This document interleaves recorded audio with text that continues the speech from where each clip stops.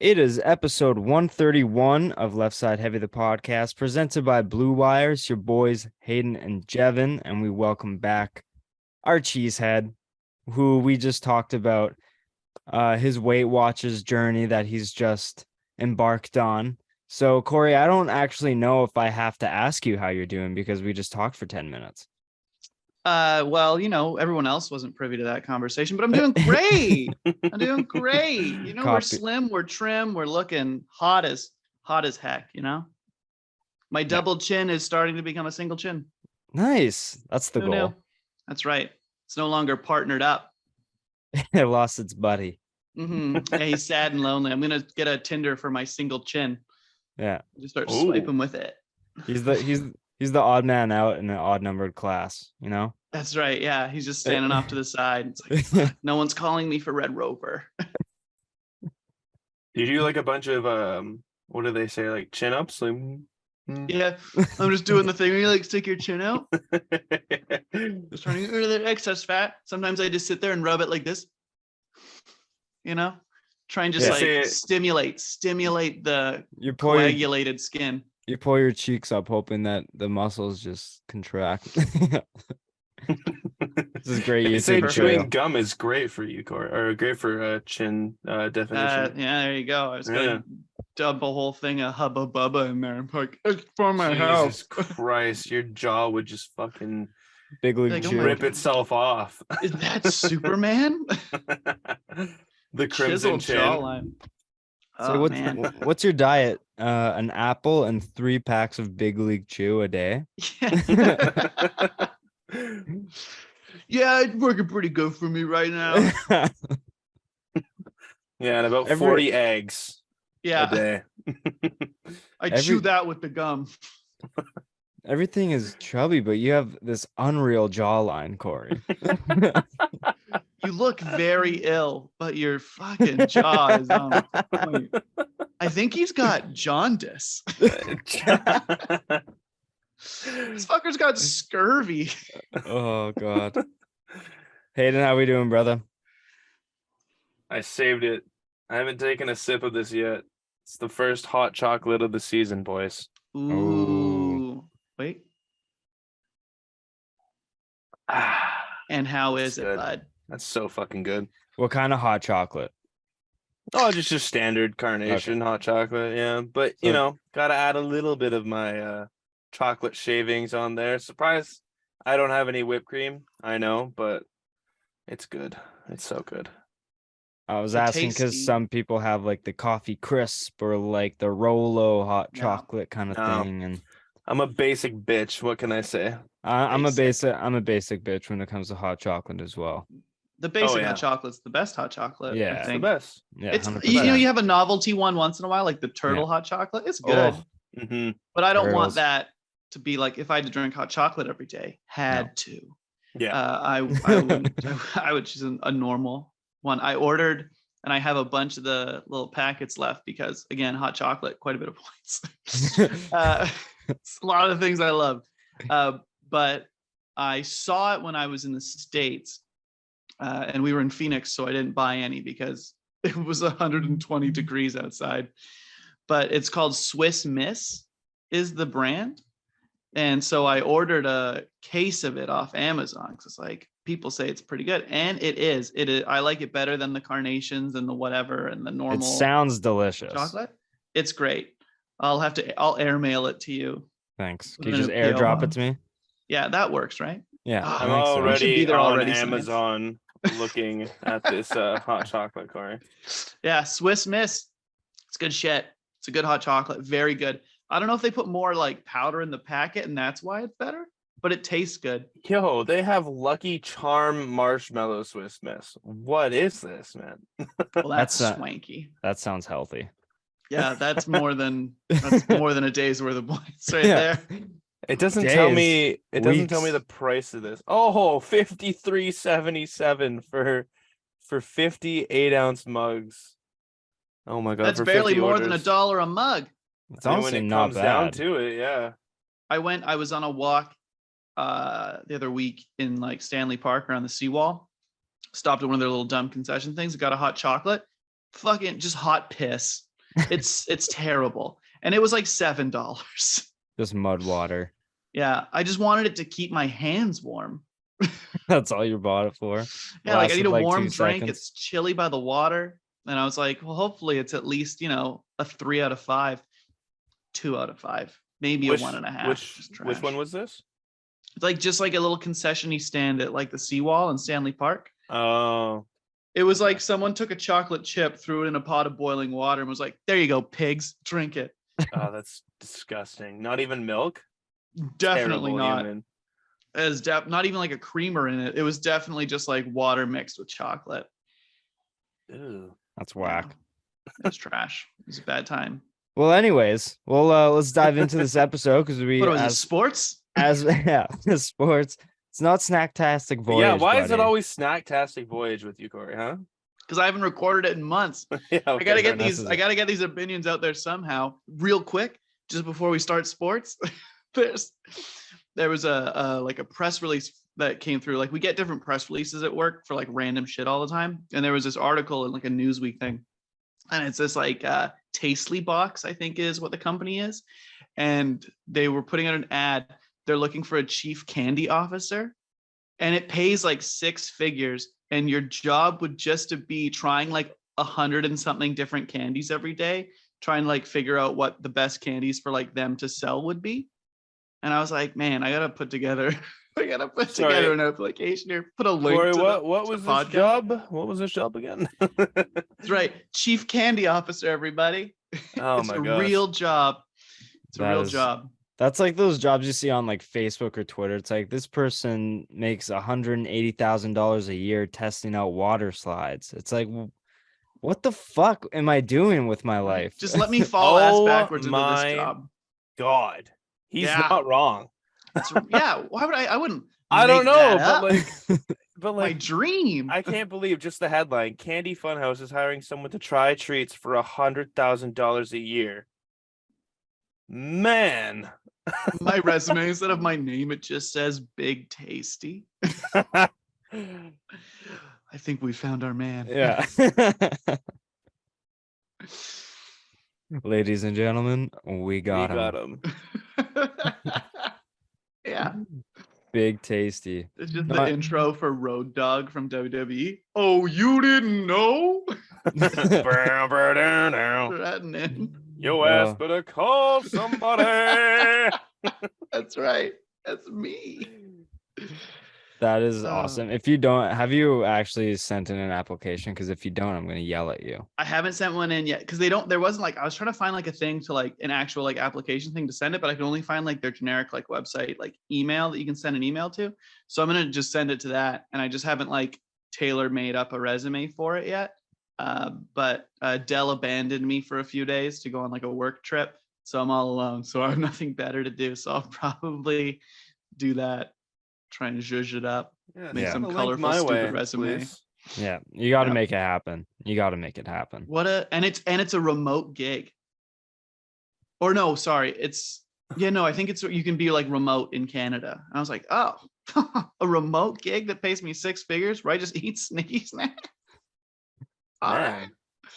I do I'm that in. now. Yeah, I eat those for free. Go to Yeah. 7-Eleven, buy like a Kit Kat Chunky, and just write in your notes for your day. Today I tried Kit Kat Chunky. It was good. End of day. A little too chunky. Yeah, little too chunky for my opinion. Yeah. Oh fuck. Well, boys, let's start with some NHL news. We'll get the bad shit out of the way first. Before we even get to the worst stuff, which is the Canucks. We'll talk about Mitchell Miller. He is a 20-year-old player who was drafted by Arizona in 2020 in the 4th round, who then had his rights rescinded just 22 days after being drafted because of an incident back when he was 14 years old when he racially bullied a special needs black kid. And it was instances of like calling him slurs and making him eat shit out of the fucking, not actual shit, like eats food out of the urinal and stuff like that. It was just insanely terrible things that he was doing. But after careful consideration from the Boston management group, they decided to give him a contract. I don't understand how, after careful consideration, that they came to the conclusion like, yes, this kid deserves a chance. But after only a couple days, Gary Bettman came out and said, nope, I'm not allowing this. Mitchell Miller is, as of right now, banned from the NHL. He's not eligible. It doesn't look like he's going to be eligible in the foreseeable future. And then Boston parted ways with him after players expressed their disappointment in the management group for signing him and giving him a chance. They did not talk to the victim's family at all about if it was okay that they signed him and how they would feel about it. Yeah, it was just, and apparently Cam Neely, president of the Boston Bruins, and Don Sweeney, general manager of the Boston Bruins, they said after smart guys, yeah. After new information was revealed, no new information was revealed about this incident. They said we have parted ways with Mitchell Miller. This management group decided to do this after one of their best starts in franchise history. The year they bring back the Pooh Bear jersey, they're 10-2, 11-2, and they decide to pull this stunt. Corey, I'm gonna snap the puck over to you first. What the fuck was Boston thinking, and just what are your thoughts on this whole situation? and please fill in the blanks if I missed anything, but I'm pretty sure I rattled off the major points of the topic there. No, I think you nailed it. It's when they say, we did our due diligence, their due diligence was, they were like, this kid's probably pretty good at hockey. Probably fine, right? I mean, it's been a little bit, and surely no one remembers his name. Yeah. We are signing Mitchell Millar. Mitchell Millar, not Mitch Miller, no. Yeah, tone deaf, dumb, all the classical things that is like plagues hockey. That you're like, what? Fuck this Mitchell Miller kid. And let me start off by saying what someone does as a 14-year-old should not dictate what they can do as an adult. Mhm. Kids are dumb, kids are awful, teenagers are mean, and they suck. Does every teenager bully a minority student? No, because that's special really needs student, that is minority too. and specialty needs. No, it takes a special kind of shitty teenager to do that. Can someone grow up, learn, make amends, and pursue an NHL career for that? I'm not gonna flat say no, but from all accounts that I can see, this kid hasn't done a single thing to make you think he cares he did it at all. He only cares that he can't play in the NHL. So you're like, yeah, screw him. And screw the Bruins for thinking, for even did they just think enough time had passed that nobody would remember? That they were just like, I'm sure it's fine. We'll just sign this kid. And to not even, because I read the quotes from Bergeron, who was like, yeah, it's a tough situation for all of us. We have a really tight room and all of this and all this stuff. But all the players were pretty much against it from what it sounds like, trying to toe the company line while saying fuck this kid. Yeah. So you would did the management not even have that conversation with, and I'm not saying you have to talk to all your players, but Bergeron has been your captain, is your captain, and has been the heart of your team for you didn't they didn't talk to him about it, nothing. It just was and then to not even talk with the league about it and then parted ways. He's still under contract because they can't just nix the contract. He is still under contract to the Bruins, even though they likely will not go forward with him. But if they try to null that nothing has changed between, what was it, Friday when they signed him and today. So it's you have nothing changed. So you can't just void a contract. Otherwise the PA is going to be all over you with grievances. So they'll probably have to pay him anyways. So they're going to pay this kid to do nothing. And then maybe because it was a 3-year entry level deal, right? I think it was 2. 2-year. So they'll buy him out maybe after this year in the summer and then have like some cap hit on the books. It just screams incompetence. Yeah. It's silly. It's just dumb. Don Sweeney, you're a moron. Because it's not like they signed him to like they didn't even sign him to like a non-guaranteed PTO or whatever. Like it wasn't any of that shit. It was like they signed him to an entry-level contract. So I think you have to maybe with kids. I don't think like if they haven't had like an NHL contract and they're like under a certain age, you might have to do like an entry-level deal. Well, then don't fucking do it at all. Oh, 100%. I'm with you. I was just trying to speak to a technicality.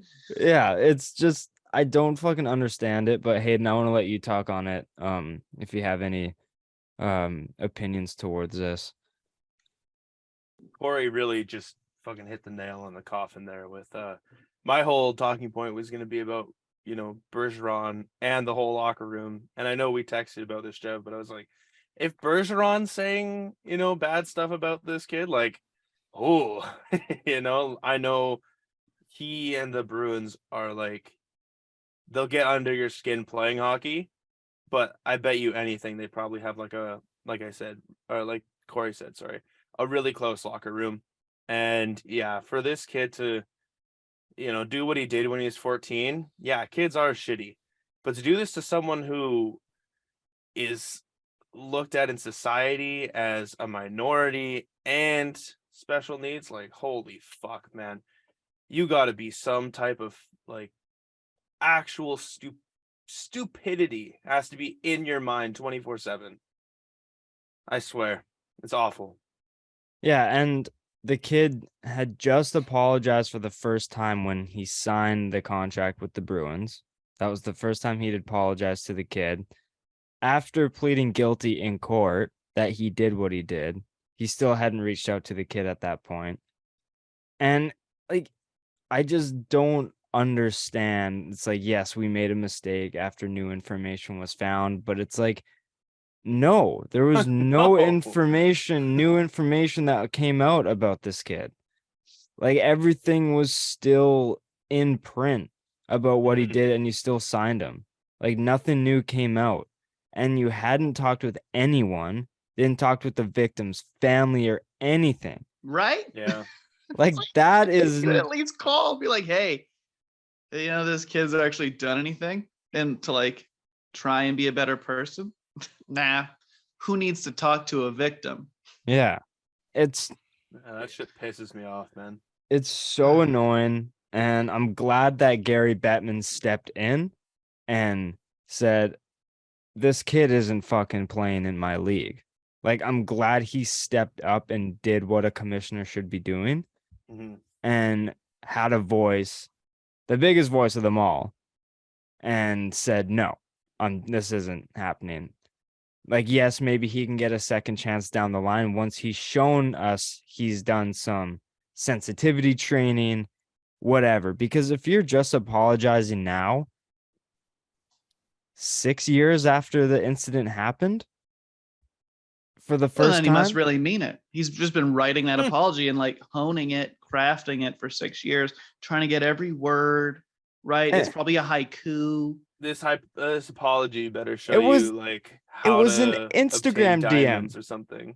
Yeah, he apologized through sorry, the Instagram, through his Instagram DMs. That's how he apologized. Sorry if I hurt your feelings. It's Yeah, just it's just like, so all right, terrible, cool. man. Cool job, Mitch. You big dummy. it's asinine. The whole situation, from Boston management to just Mitch Miller not really like doing what he should be doing as a human. Yeah, it's just like, fuck. It's like you said, Corey, it just puts, even with like this whole Hockey Canada thing going on, and now this. Hockey is such an amazing sport, but shit like this and idiots like this just put a fucking plague on this league and sport, and it's just so annoying. And it's even worse coming from one of your marquee franchises. Like if the Coyotes tried to pull something like this, you'd be like, yeah, that tracks. They desperately need talent. They're like, we just need somebody. But like, it's the Bruins. They're the first or second place team in the league. like unnecessary, like just completely unnecessary distraction for your team that has brought back Krejci. You bring back Bergeron. You're like, we have cup aspirations this year. Let's try and screw with the chemistry a little. Like, what are you thinking? Yeah. It's that level of like, just such short-sighted, incompetent, just like, I'll look one step forward. Like, aren't you like the president and GM supposed to look 10 steps forward? Like, that's your job. And instead you're like, nah. And what's Kid's even good, let's sign him. And what's even more dumb is that they didn't even talk with Providence, where he would be playing this year. He didn't even talk with the farm team. So, like, they didn't get their opinions on it. They just, like, I understand, like, the Bruins team needing to know, like, hey, like, what's good? Like, this is happening. But he wasn't going to play on Boston right away. He was going down to the farm team, and they didn't even talk to the farm team, where he would be playing, like, tomorrow. That's even worse if you think about it, because I just like picture them like, you know how like obviously teams have like big boards of like undrafted free agents, college free agents. They were like, yo, I think everybody forgot to sign this Mitch Miller kid. he won defenseman of the year in the USHL. You're like, these idiots are sleeping on him. Sign him. I'm from Boston. Like, you're such a stupid idiot. God. Like, you at least you would think they'd like call Bettman, right? And be like, hey, Commish, we're thinking about signing this kid. I know he was on like a do not draft list and like all these things, but you think it's cool? They're like, nah, I'm sure it'll be fine. Which, to be fair, is a motto I kind of live with of it's easier to ask forgiveness than permission. But sometimes you got to get the permission first, guys. Like, when it's this type of shit, when it's this type of shit about what he did, ask for permission first. Right? Or just don't even do it at all. Don't go the Patriots way and be like, any sort of drama shit, you're off my team. But like, yeah, so that happened. We'll move on. We won't beat a dead horse here, but the Bruins management they're idiots. Beat a dead bear. And nice. Oof. Mm-hmm. Got him. But we will go from one tough subject to another tough subject. Maybe not as tough, but the Vancouver Canucks. Vancouver Canucks. Last time we recorded with Scott, it was the game of the Devils against the Devils where we got the wheels beat off us 5-1. And mind you, the Devils, one of the hottest teams in the league. But Corey, I don't think we've had you on since the start of the season, if I'm not mistaken. But give me your thoughts, sweetheart, on our beloved Vancouver Canucks. Yeah, of the overall season up to date as you inch closer to the camera. Let me tell you what I think about the Canucks. Trash team, trash organization, trash from the top, trash to the bottom. Where? You don't even see the bottom. That's right, because they haven't even probably hit their rock bottom. Did they lose their first 100 games this year? Yes, they certainly did. And they'll probably lose a lot more. Are they going to win tonight against the Ottawa Senators? Probably. But the Senators fucking suck. You have this asshole, Jim Rutherford, who I was fully willing to give the benefit of the doubt to, you know, when he comes in last season, doesn't really make any moves. The trade deadline comes and goes and nothing happens. You shipped out Hamonic. Good. You brought in Dermott for that pick you just got. You're like, fine. You're like, okay, surely though, the summer will be better for us, right? We'll trade some guys and we'll try and shore up our defense that is the worst. But no, you re-signed JT Miller to a very large contract for a guy who's going to be 30 when that thing kicks in and has shown already this year that He gives up a lot, sucks defensively, but he can score. So hooray. The forwards are the problem on the Canucks, right?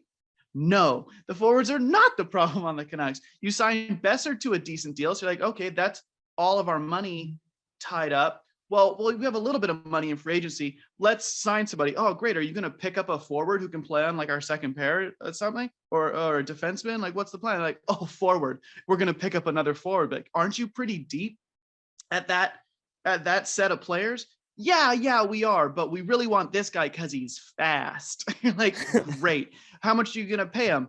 Well, $4 million. You're like, okay, cool. Did we need a top 6 forward? No, we didn't. We're gonna put Bo Horvat on the third line now because we have too many players, and we're gonna scratch Nils Hoglander for some reason because we need to play Sheldon Dries over him.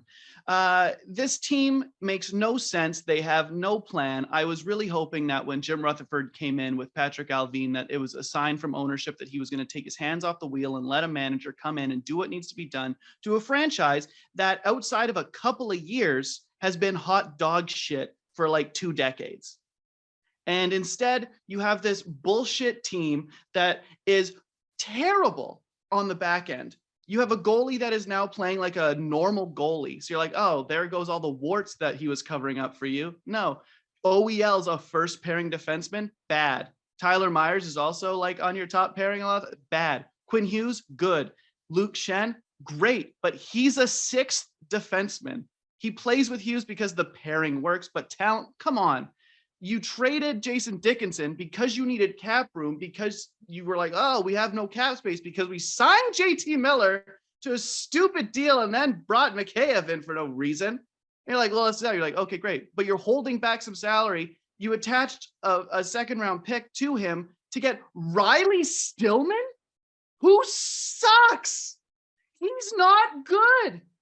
So he's a bottom pairing defender at best.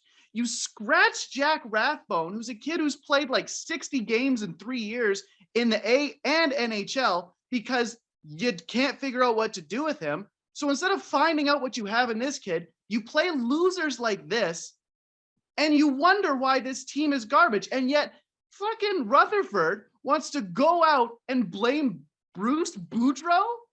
It's our systems. It's the way we prepped for it. No, you don't have the talent to win the games. And you traded your second highest pick in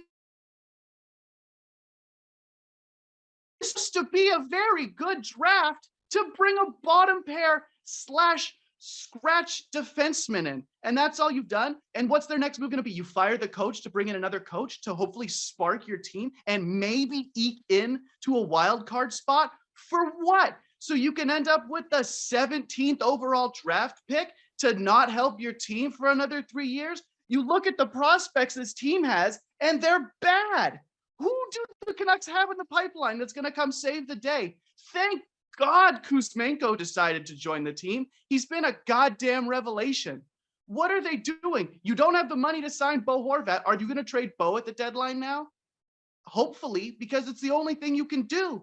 It rattles my cage. I love this team. I want them to win a cup, but it's like I could manage this team better in my sleep. What are they doing? Tell us how you really feel, man. Jeez. Fuck. Come on. It's just insane mismanagement at every level. Every chance they have to do something, they're like, nah, I don't want to call it a rebuild. We're just going to try and build on what we have. What do they have?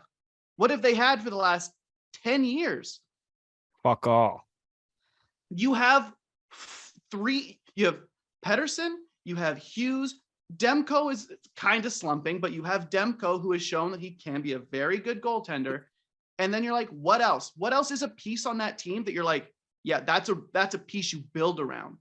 Horvat's in his later 20s now, but you probably would prefer to keep him. And then what? Nothing. Trade Kuzmenko at the deadline because he's going to demand a boatload of money, and you can get a lot for him because he's making nothing this year. Yeah, he's on an entry-level deal, and there's a chicken dick's chance that we keep him because, They like don't you have the allude, money. yeah, and Yeah, this team has just been severely mismanaged. I think we overvalue a ton of players that Rutherford wants to keep, where it's like we should be dealing them for either picks or try like get picks and then accumulate those picks with another roster player to strengthen up our D. Do something, but I I'm sorry, we shouldn't have signed Besser. I don't know what the fuck we were doing there. I get it. Besser's young and can score some tap-ins, but he's always hurt. And if scoring is such a high thing, then someone's going to value him more than we do. I don't think we should have signed him to 6 years for $6 million for 3 years. I don't think we should have done it. JT Miller, we should have traded him. That's right there. If you go back in time with I fucking wish we could, but Jim Benning's a fucking idiot. That OEL Connor Garland trade is probably the worst trade in NHL history, Canucks history, Canuck history for sure. maybe even NHL history. It doesn't really make sense once you break it down. Oh, 1 year of $12 million in cap space and a first round pick for a washed up defenseman and an undersized forward who doesn't produce. That makes sense. It's Rutherford is a fucking coward and is not taking any accountability when he's putting all his pieces, all his eggs in the wrong fucking basket and then ridiculing Boudreau for having a bad camp. It's like, no, Stillman shouldn't be on an NHL roster and he's sometimes our second pairing defenseman. Luke Shen I like him because we need Love him. we need someone who can hit. But yes, he's only playing with Hughes because the pairing works. Meanwhile, would you right now trade like Besser for Tanev or some shit just so we could have something on the back end? Oh, wait, we could have fucking kept Tanev, but we decided to go out after a different part of our roster. Nothing makes sense on this team. I don't think we get talked about enough for being the worst franchise in the league. We are terribly run. We've been terribly run. Maybe Gillis and Alain Vigneault was the only part of Canucks history where there was maybe some stability other than maybe when Brian Burke was manager or Pat Quinn was manager or some shit. But we've been way too inconsistent and it's just been so deflating every single year. And as of right now, it doesn't look like it's going to get any better for the foreseeable future. If I had to pull one positive from this year, despite our tragic defense and I will say tragic goaltending, because as much as Demko's being held out to dry, he just hasn't been playing good as well. And in Spencer Martin's wins, he's given up 4 and 5 goals. So it's like our goaltending hasn't been great.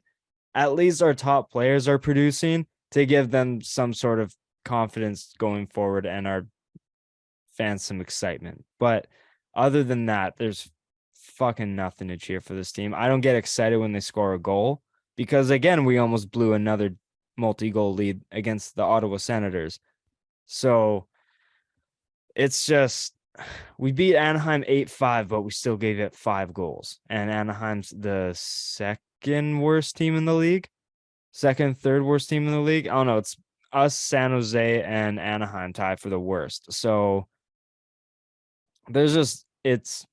Canucks they're taking years off my life, and I still continue to turn on their games every single time, which I don't know why, but it's just like you said, Corey. I'm going long-winded here, and I'm gonna sound like a broken record, but I want to cheer for this team, and I don't want to hop off because I couldn't.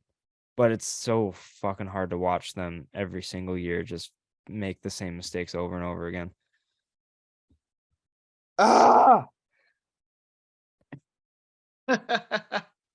It's wild that like you can almost fix the Canucks and not fix them because you would still need to like figure out the defense. But with just two little taps of a magic wand, you undo the OEL deal. So you don't have OEL, you don't have Garland. Instead, you have $12 million in cap space and that pick. By the way, Dylan Guenther, who was pretty much the unanimous pick at that point, He's got 6 points in 10 games in the NHL this year. So you're like, oh, okay, great. So you would have 12 million plus a forward on an ELC. And then if you had just traded JT Miller at the deadline last year for what is the like confirmed rumored package that like you could have maybe got from like the Rangers, and it was like Phil Hedel, Nils Lundqvist, and a first was like kind of what was like the rumored package. So let's just say that that's true. And you're like, oh, hopefully you could get more. But you're like, no, screw it. Nils Lundqvist looks like he would immediately be the best defensive prospect the Canucks have. Immediately. Better than Rathbone, right? So like, okay, Phil Hedel, third line center, and a first round pick. You're like, great, you could have used that pick to draft a defenseman or something. You know what I mean? Like, it's just with those two moves, you would have 12 plus JT Miller's 5.5 or whatever he makes this year. So you have like $17-ish million in cap space that you would have had this summer, plus your first round pick, plus that other pick in like for this year and from like last year. So it's in just two moves. And you think about it, you're like, okay, well, you wouldn't have JT Miller this year, but you would just slot in Gunther as a top 9 forward for the team, plus Philip Hedel as a top 9 forward. So you wouldn't have had to spend the $4 million on Mikheyev. So you're like, hey, that's kind of a wash. And it's just, you're just sitting there going, your forwards would be fine. You'd have the money to spend defensively and the draft capital if you wanted to push to get somebody better. Yeah, like you could have used... traded for Uyghur out of Florida. Yeah, and you could have maybe put 4.5 aside for a top 4 defenseman. Yeah. You could have then leveraged teams that were up against the cap to get a defenseman and pay a very low price in return. But because what's embarrassing is that they're a cap team. The Canucks are spent to the brim. They have no money to spend. And you are a bottom 5 team in the league. You've been a cap team for the last decade. Like, when have they not been a team that spends the cap? And you have been more or less a bottom 10 team every year. Yeah. It's embarrassing. How does that make sense? How can that asshole Francesco Aquilini look at it and be like, this is the way? Like, mamma mia, this is a good. Like, it was so frustrating because I've said this before. When like Rutherford got hired, he was like, we try to win, we spend to the cap. It's like, just because he spends to the cap doesn't mean you're fucking spending the money right. Yeah. I could give we got OEL $100 million. Doesn't mean it's good. Yeah, we got $40 million on the back end. We have one top 4 defenseman on our team.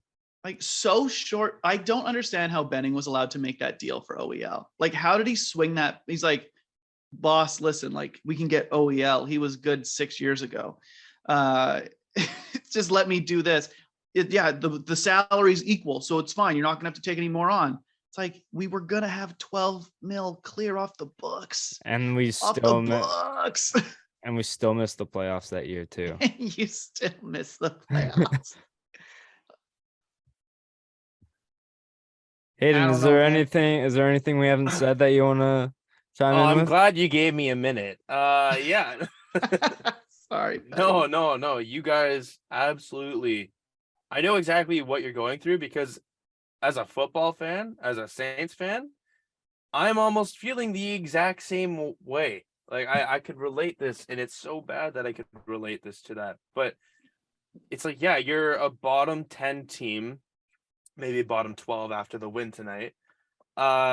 You spent to the cap, and it's like, you don't have, like, you have the players around, but they're not like what you would for like Tampa. Tampa spends to the cap, and look at their players. Look at all the shit they have going for them, you know? And it's oh man, it's so disheartening, because yeah, hearing Rutherford just come out and call out Bruce, it's like, whoa, like, you couldn't have said this any earlier? You couldn't have maybe had input when practice and when, this training camp was up and running? No, you got to call him out after 14 games into the season. Man, go fuck yourself. Absolutely go fuck yourself. Especially because it's not on Bruce. It's not on Bruce. Players suck. It's him and Alvin constructing this team. Like, if you give a cook shitty food to make a meal and he makes a shitty meal, you're not going to blame the chef for making a shitty meal. It's like, no, you gave me expired veggies and fucking dog shit. It's like you're the one giving me the stuff to make something, and it'd be different if I got like Colorado and they're a bottom 5 team, then Bednar might not have a job. But Rutherford hasn't put together an NHL level defense core. And what do you know? We have the worst penalty kill in the league, and we give up the most goals per game. If you look at that, Demko and Martin can only bail us out for so fucking long. This is why I am not mad at Demko whatsoever. He's played his fucking dick off the past 2 years, plus the bubble. He's played like a top 7 goalie. He's getting peppered with shots. He probably averaged like 40 fucking shots a game, and he only had like a 2.5 goals against average. Like, that is unreal. He's been playing like a human. Like you said, Corey, he's playing like an average NHL goaltender. He's playing like a fucking goalie on the Vancouver Canucks. That's what he's playing like. And he's let in some soft ones, that's for sure. He hasn't been himself, but it's also when there's a rebound and we have 4 guys on one half of the defensive zone and we have 2 guys wide open and it's a tap in wide open net. You're not going to blame that on Demko. It's the poor defensive coverage of the fucking lack of NHL talent we have on our team. So it's just like, Rutherford, the fact that you're going after Boudreau and blaming that it was a bad training camp and that we don't have the right culture and defensive system and stuff like that, like, buddy, quit spending money on our forwards and maybe get a competent defenseman on our team, and then maybe you can talk. I will 3 things. 1, if you polled 100 people inside the NHL and we're like, what's the Canucks' biggest need? They would have said your defense. What did they do in the offseason to fix it? Absolutely nothing. You brought in Riley Stillman at the end of training camp or like the beginning of camp, whenever they did it. And we got Ethan Bear. Like, okay, now, like Ethan I like Bear, Ethan Bear I'll a give lot. you credit for Ethan Bear for like, it was like a 5th round pick or something, right? You're like, that's never going to be an NHL player. Like, it's so low odds. So give away all the 5th round picks. So Ethan Bear, fine, great. And he's looked good. And he does, like so far. So he great. just doesn't move the needle. So maybe he blossoms and can be like a second pairing defenseman. I don't know. We Like know a he's fourth- offensively got the skills. The question about his game was like, defensively, can he hold it down? And so far Like a he has. Fourth, So I'm fifth gonna go defenseman. glass half full on Ethan Yeah. Bear. So like, fine. But like, you did nothing to fix what everyone knew was the problem with this team. And now you look and you go, okay, well, they win tonight against Ottawa to get 4 wins on the season or whatever it is now. Sad. And you're like, great, well, maybe this is the start of something. This is the next 8 games for the Canucks.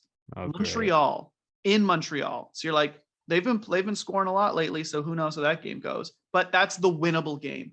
Then after that, you've got the Leafs, the Bruins, the Sabres, the Kings, the Knights, Avalanche, and the Knights again. How many of those games are these Canucks winning? At most 2. Right? So fuck. if they lose, let's say they win 2 of the let's say they win 3 of the next 8 and they go like 4-5 on this 9-game stretch, that's still terrible because you started the seasons like, and you probably won't win 3 of the next 8 games. Like, yeah, maybe they go on a run, but that would just be pure luck. It's just, if they lose like 6 out of the next 8 games, you gotta, like, something's gotta give. And watch it just be they fire Boudreau They and probably just bring will. in like someone else, and they won't.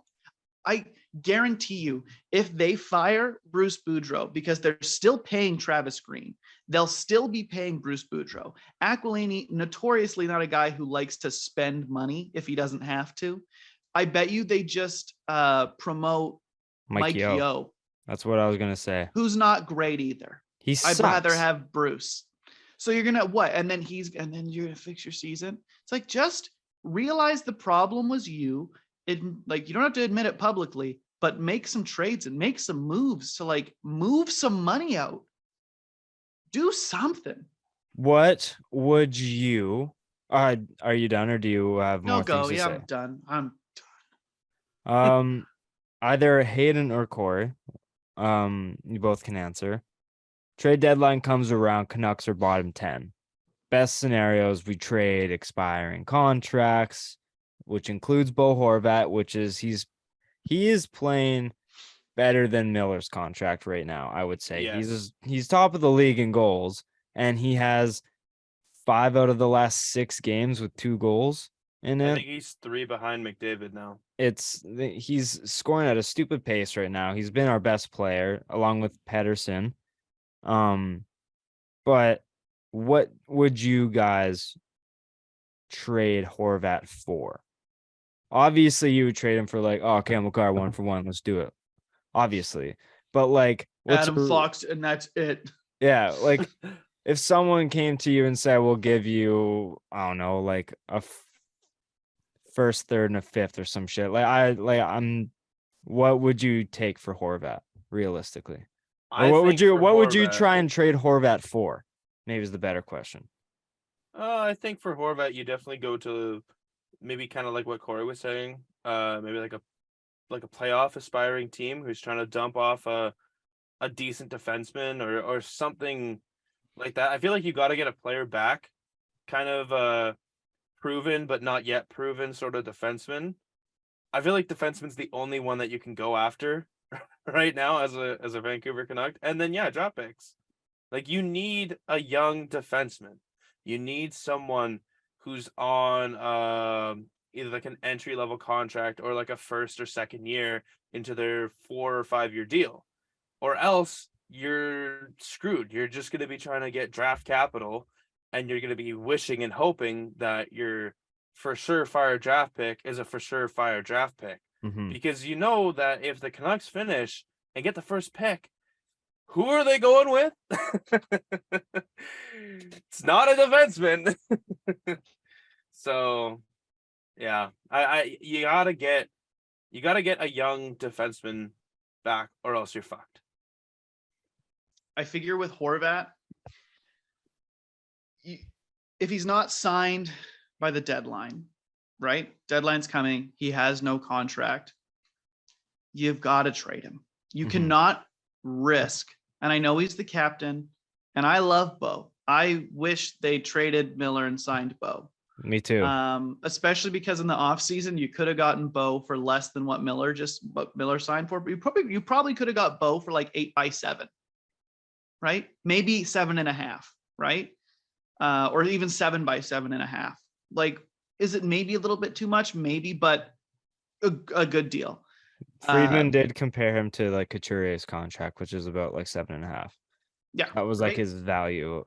Would have been that. Now it's probably higher. He's crushing it. It's probably like and he's 8.5. a real center, a good on faceoffs, isn't screwing you defensively, can score goals. He's not a great setup center, but he will put the puck in the net. He would be the top 3 most coveted pieces at the deadline. There's like Patrick Kane if Chicago wants to move him. Yeah. Maybe someone else, like, but like he's in the mix of like the guys who now he's a pure rental. So you're not going to get the moon for him. But I agree with Hayden where you're looking, and I don't know, it depends what teams are sitting there towards the end of the season. But you're doing your best to poach a top defensive prospect from somebody, because a first round pick from a high end team on its own isn't like, you're going to take the best offer you can, but I'm looking for like a highly touted defensive prospect coming back, hopefully with a first round pick. Like, that's ideal. I am trying to offload hoping that Besser stays healthy the rest of the season, and then offloading either Besser or Garland.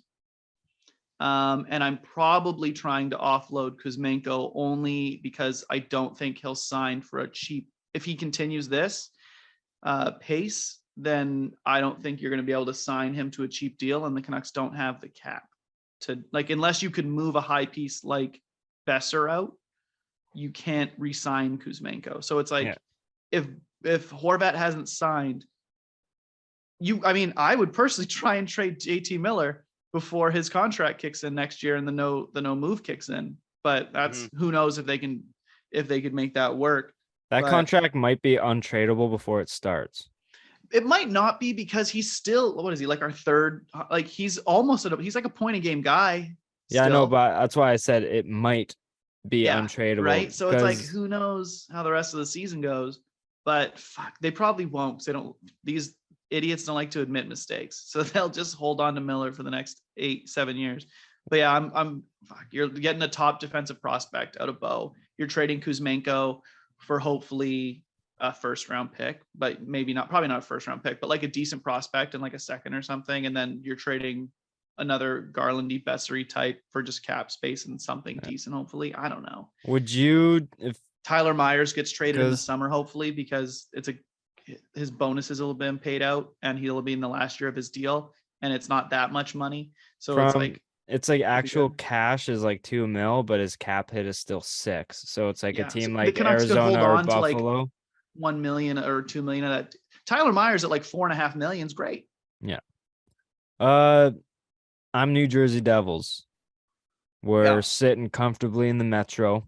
Mm-hmm. We want to start making a push in the playoffs. We want to start making some noise, because at some point our young team needs to get some playoff experience, right? Yeah. We can't be bottom feeders forever, and we don't want to be mid, right? Mm-hmm. Bring. I'm calling Patrick Alvin and Jim Rutherford. We'll give you John Marino and a second and a fifth for Bo Horvat. I mean, at the end of the day, if that's the best offer you get, and you know you cannot re-sign Bo, you take it, even though Marino's just like a decent, okay second pairing defenseman, right? At 25. So he's like young. Age is on his side, and he's had solid years at Pittsburgh as like a second power play kind of guy.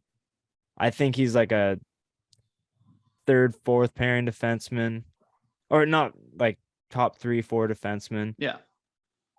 I honestly he's just like an unsexy guy. Yeah, I like he's the type of defenseman Vancouver needs, and it's not amazing, but like it's that thing of like, it just all depends on you.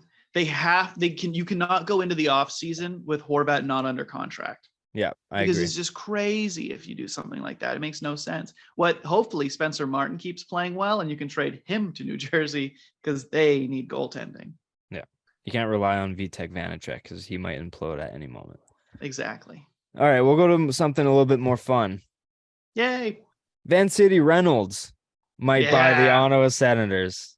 The Ottawa Deadpools. It was confirmed on Jimmy Fallon tonight. Tonight Show with Jimmy Fallon, whatever you want to fucking call it. But he is looking for an investor group to buy the Ottawa Senators. A sugar daddy, as he says. He got a standing ovation at the Ottawa Senators game tonight against Vancouver, naturally. He grew up in both cities, so it's fitting for him. And as you said, Corey, he's saying it in a fancy way that he's looking for a sugar mommy or sugar daddy to help go in.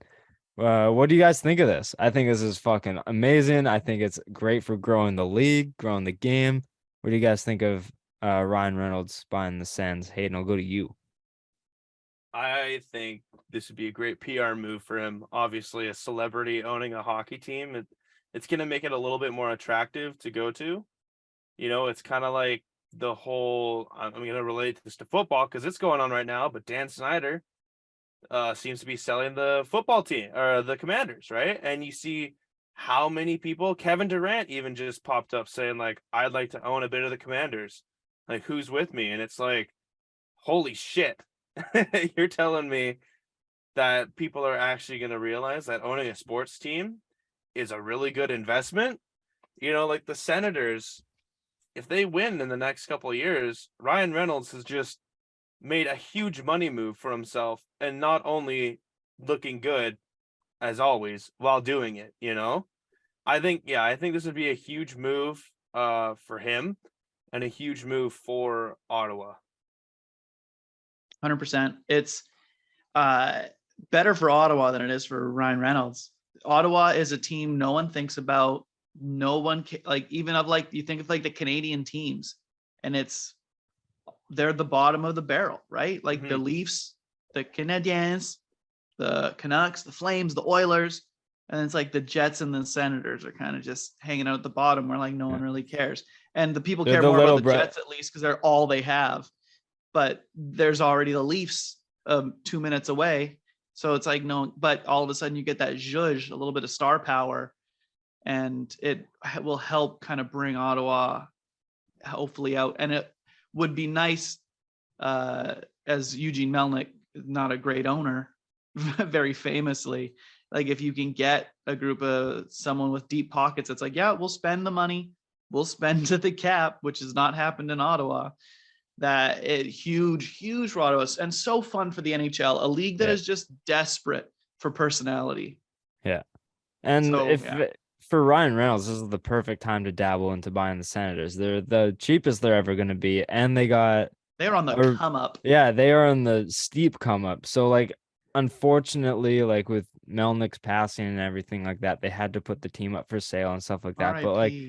But like this is just a tough time to sell for like the Melnyk family and just like in general, because this team is finally starting to get some life, and this is the perfect time for Reynolds to jump on and buy the Senators. So I think this would be super exciting for both parties. Well, Matthew Tkachuk suspended for 2 games. I don't know if you guys saw this, but he legit poked Jonathan Quick in the eye through his face mask with the stick. Did he get the stick all the way through the mask into his eye? See, I didn't think the stick would fully fit through there, right? It seemed like he only got like this much, like a pretty big, like large amount. Enough to fuck with him, but not enough to obviously like injure him. Like you can see the stick doesn't like jam in there. Worth the suspension, because you're like, that's a dangerous precedent to set if you don't suspend this guy for doing. And he's a bit of an asshole. The intent he's been suspended, right? The intent to injure on the play, I don't think was there. I think the intent to be an asshole was there, and they were like, nope, we're not doing this. You're suspended for 2 games. So now nobody will do it again. He will not do it again. You nip this one in the bud. I watched the replay, and it's kind of funny. Like, it's kind of like he does it so lightly, and like there's no like jabbing motion. It's like he just puts his stick in there and just boops it in. Yeah. They're like, yeah, it's obvious. They're like, I watched the like NHL discipline video. They're like, this is a high stick. It was a stick to the player's head. And you're like, okay, we know. But I like that he got suspended for it. He definitely, I get where the NHL is coming from. Good move on that, but such a stupid little irritator of a play. It's like snowing the goalie. It's like just unnecessary. You're just like, play's already dead. Just kind of sticking your stick and just fucking with a guy. Matthew Tkachuk, you bitch. Hayden, did you catch that? I didn't know. Yeah, it's just the Tkachuk brothers doing Tkachuk things. Brady's a little bit better with that kind of shit. He's just like really meat and potatoes, but Matthew Tkachuk's Kachuk's Kachucking, man. Yeah, Tkachuk's Kachucking his stick in his face. Josh Anderson also suspended 2 games. This one is very valid. Piece of shit. That one is very valid. It was a straight up board. Like Pietrangelo was eating the top of the boards for breakfast, lunch, and next week's dinner. Lucky he didn't get fucked up on that hit. Yeah, it was a very bad hit. I'm surprised it wasn't more than 2 games. I think it would be extremely valid if it was 5+. Just because Anderson was going with speed. Yep. Pietrangelo was turned around for a decent amount of time, so Anderson had time to stop. And the whiplash and the place, like the point of contact, bad. It was terrible. Like his face was literally landed on the corner of the boards. It was terrible. luckily, Montreal Canadiens players didn't even like stand up for Anderson when he got legit trioed by Vegas players. They just pounced on him. But I think 2 games, I think it should have been more, but at least he got suspended because I think it was deserved. Yeah, I don't know if he's a guy who's been suspended a lot before. I don't think Anderson. But So I think that probably is what plays into it. They're like, well, he's got a clean history and he made a bad play. Are we going to take him out for that long? It's boarding, but it's still a play that happens in hockey more than it should. So you're like, I agree. I would 5 games. I always want tougher penalties for the NHL. I always want them to like, what's it like 2 games? Fuck you, 10 games. You want guys to stop doing it? Make it a good chunk of the season, and then people will stop. Because if you do it for 2 games, you're like, yeah, 2 games. Yeah. But if you're like, sorry, bud, you're sitting for 10. It's like, oh shit, okay, this is very much hurting my team. Guys will stop. Jack Eichel, he is back. Better 5 goals, 9 assists. A part of the absolute wagon that Vegas is, getting some massive play from Logan Thompson. Every Kids got it. Of their team is just firing on all cylinders. I'm pretty sure they've won like 7 games in a row. And a lot of some concerns with them going into the season was their goaltending. Logan Thompson wasn't sure how he was going to perform. He's been top 3 Vezina this year. Jack Eichel, how was he going to get to full health? We were a little hesitant on him last year, but you got to realize he was coming back from fucking disc replacement surgery. So like that's something that's weird for a player to come back from, I assume. He's playing back to his roots. Stone with his back injury. Quick thoughts. Quick thoughts on Vegas, boys. We don't have to hang on to this team for too long, but Hayden, what are your thoughts of Vegas just absolutely shoving it in our face? Shoved in my face more. I have Pietrangelo on my fantasy team, and I swear that guy gets me like 10 plus points every game. Definitely did not see this coming. I thought goaltending was going to be such a bigger issue for them, and it's just not. So fuck me. Yeah, they're just back at the top, like when they first fucking came in. Like when they first it's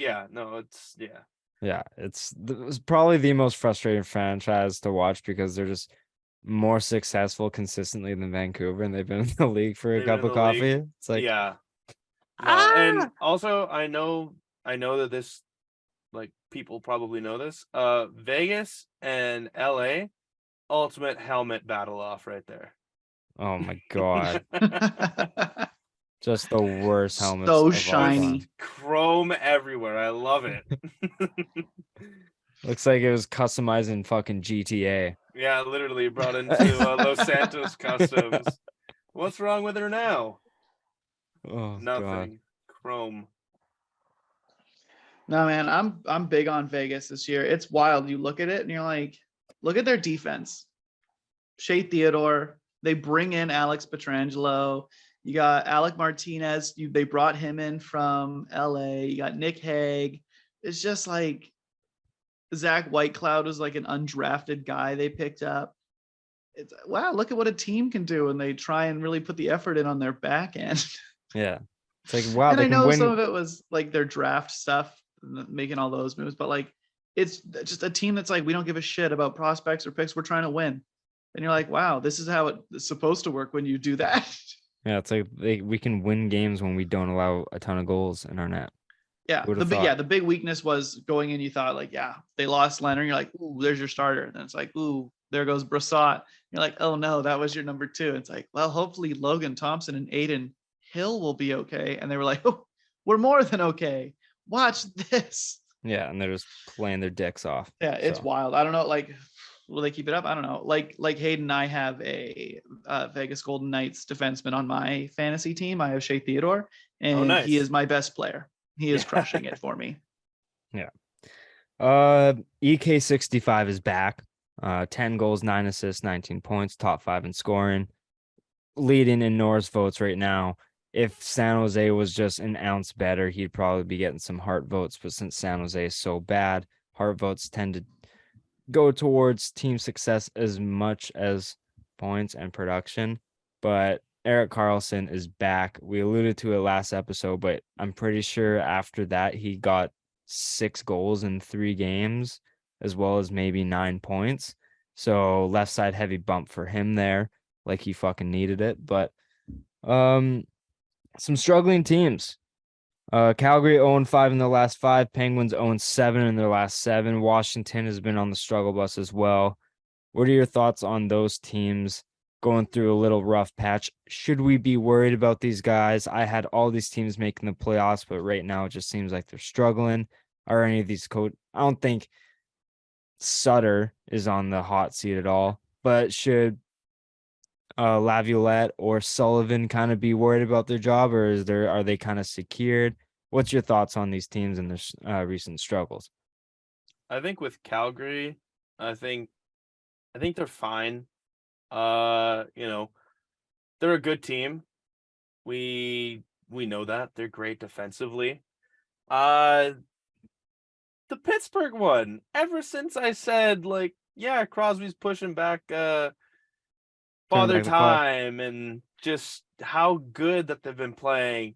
Yeah, 7 in a row is kind of tough to lose, especially, you know, when you won, like, what did they win, like, to start the season, like 3 in a row or something like that, or like Yeah, they were hot 3-1. to start. Yeah, So hot to start. Crosby still looks good though. Letang looks good. Malkin kind of, yeah, all right. But I mean, Washington, I don't think you worry about Washington. But yeah, no, I think Pittsburgh is the one that you worry about now, because 7 in a row, man. 7 in a row is tough. yeah, that's more than just like a slump. It's like, all right, what's going on here? Yeah, no, definitely. But Corey, what are your thoughts on these teams? And I'm with you guys. Calgary, I'm not worried about. Tanev's out right now. He's been out for, I think, about like 4 games or something like that. It's a pretty big piece of your defense. Kylington hasn't been there all year. He's out with Shillington. personal stuff. Yep. I'm going to call him Kylington for the rest of my life, because for years I've thought it was Kylington. And it makes more sense. Right? KYL, Kylington. Like, come on. Shillington. Like, no, KY is sh. Yeah, Shillington has been out for personal reasons all year. Don't know when he's coming back. You know, the Markstrom's been playing kind of just average goaltending, not great. If you look at their losses, I think 4 of the 5 losses, they lost by 1 goal.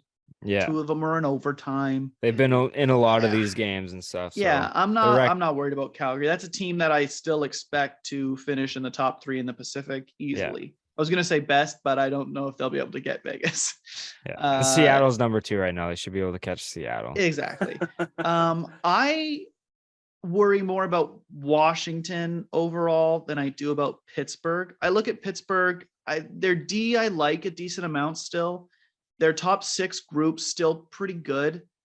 Crosby's obviously playing kind of out of his mind still. Washington is just so Ovechkin reliant, I feel like, still, that it's, I don't know. There's just something about the Capitals that I look at and I go, if one of those 3 teams is the team to be more worried about, for me, it's the Caps.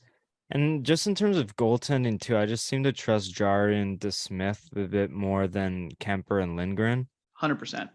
Mind you, Kemper and Lindgren have shown that they can be steady and exceptional goalies. Mm-hmm. Lindgren is a very underrated backup goalie, I think.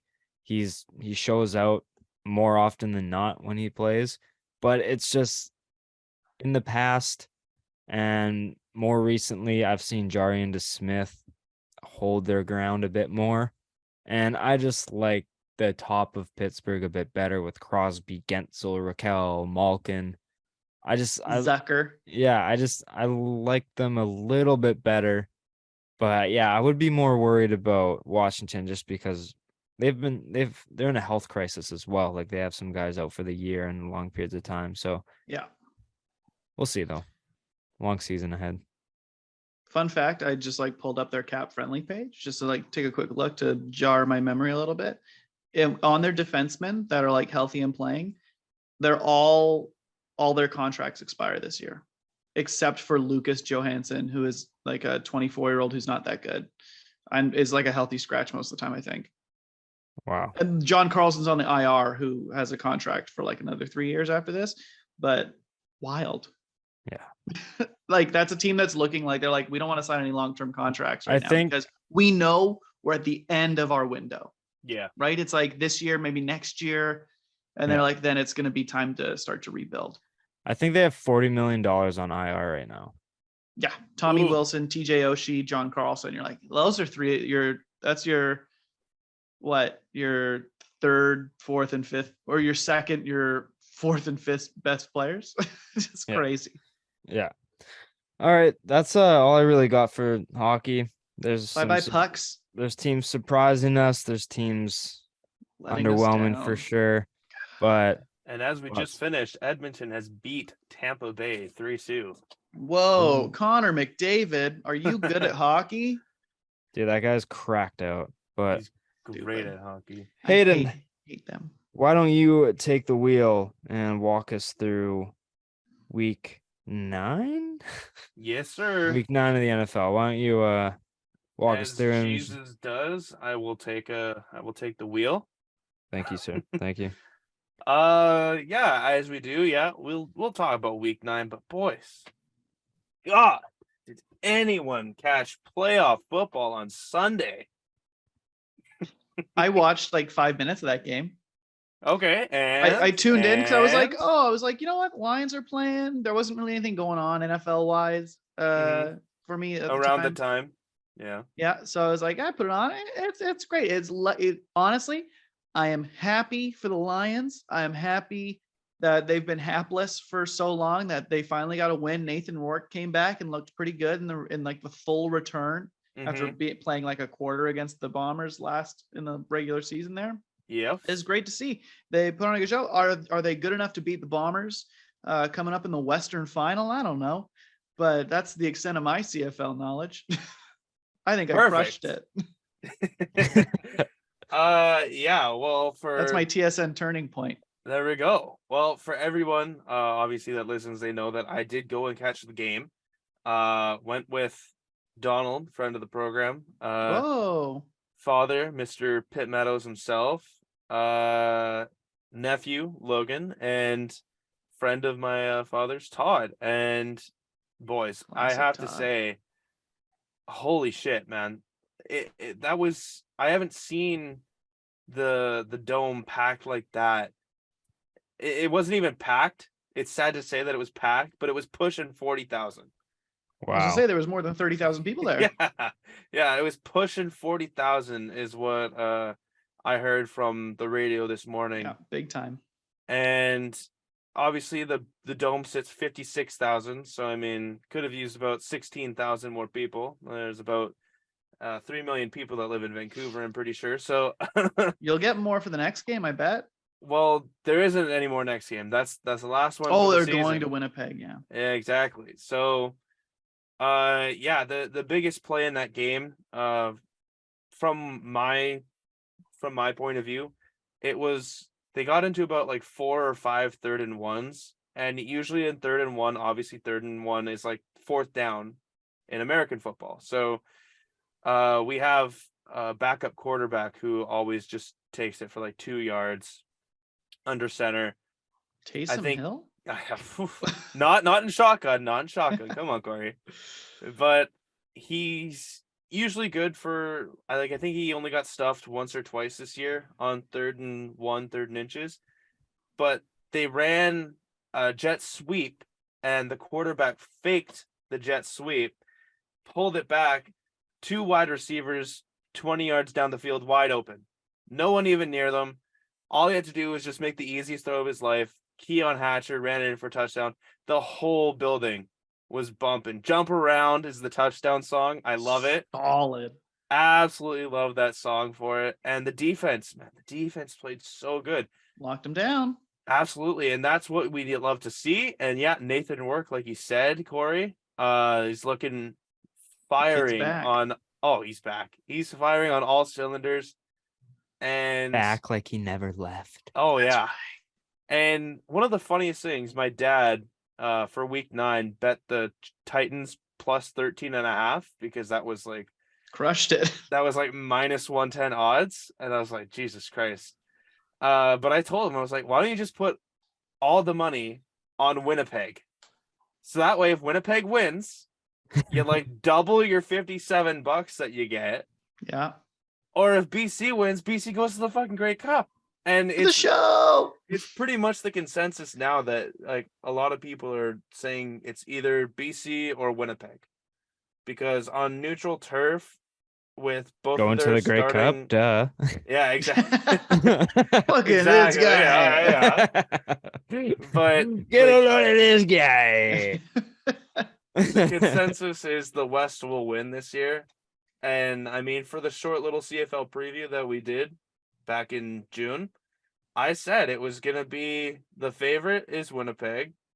But the more fun team to root for because of how young they were, was BC. And look at where we are now. We had like 3,000-yard receivers this year.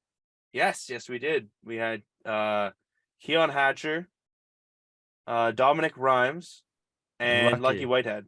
Yeah. And I believe our running back is Butler. James Butler, yeah, who Yes. also had 1,000 yards rushing. Hey-o. Yeah. I think I caught it was like a go-ahead touchdown, kind of like the Lions were up. I'm pretty sure it was the fourth quarter. And there was like an end zone like fade or Brian something. Burnham, yeah. Yeah, I saw that play and was like, nice. Yeah, no, Brian Burnham again was out for, I think he was out for like 10 games this year because of injury, but he's as solid as they come.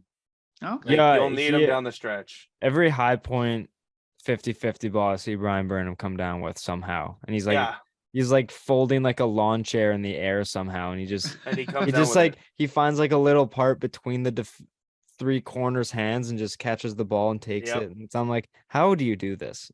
Oh yeah. And even actually now that you say that, Jeff, in between the game, I don't know exactly how small of a window this was to fit it into, and I know it's on the replay for like the highlights. But Nathan Rourke threw a ball where literally it had to have been right there, or else it wouldn't have gotten between these two defenders into Burnham's hands. And I was like, when I first saw that live, I'm like, damn, that's a pick. And then Burnham gets up, drops the ball. I'm like, how? Explain. How? Yeah. Explain to me how this happened. Yeah, is Nathan Rourke going to KC Printers, the Lions? And yes, he is. And is his contract up like this year?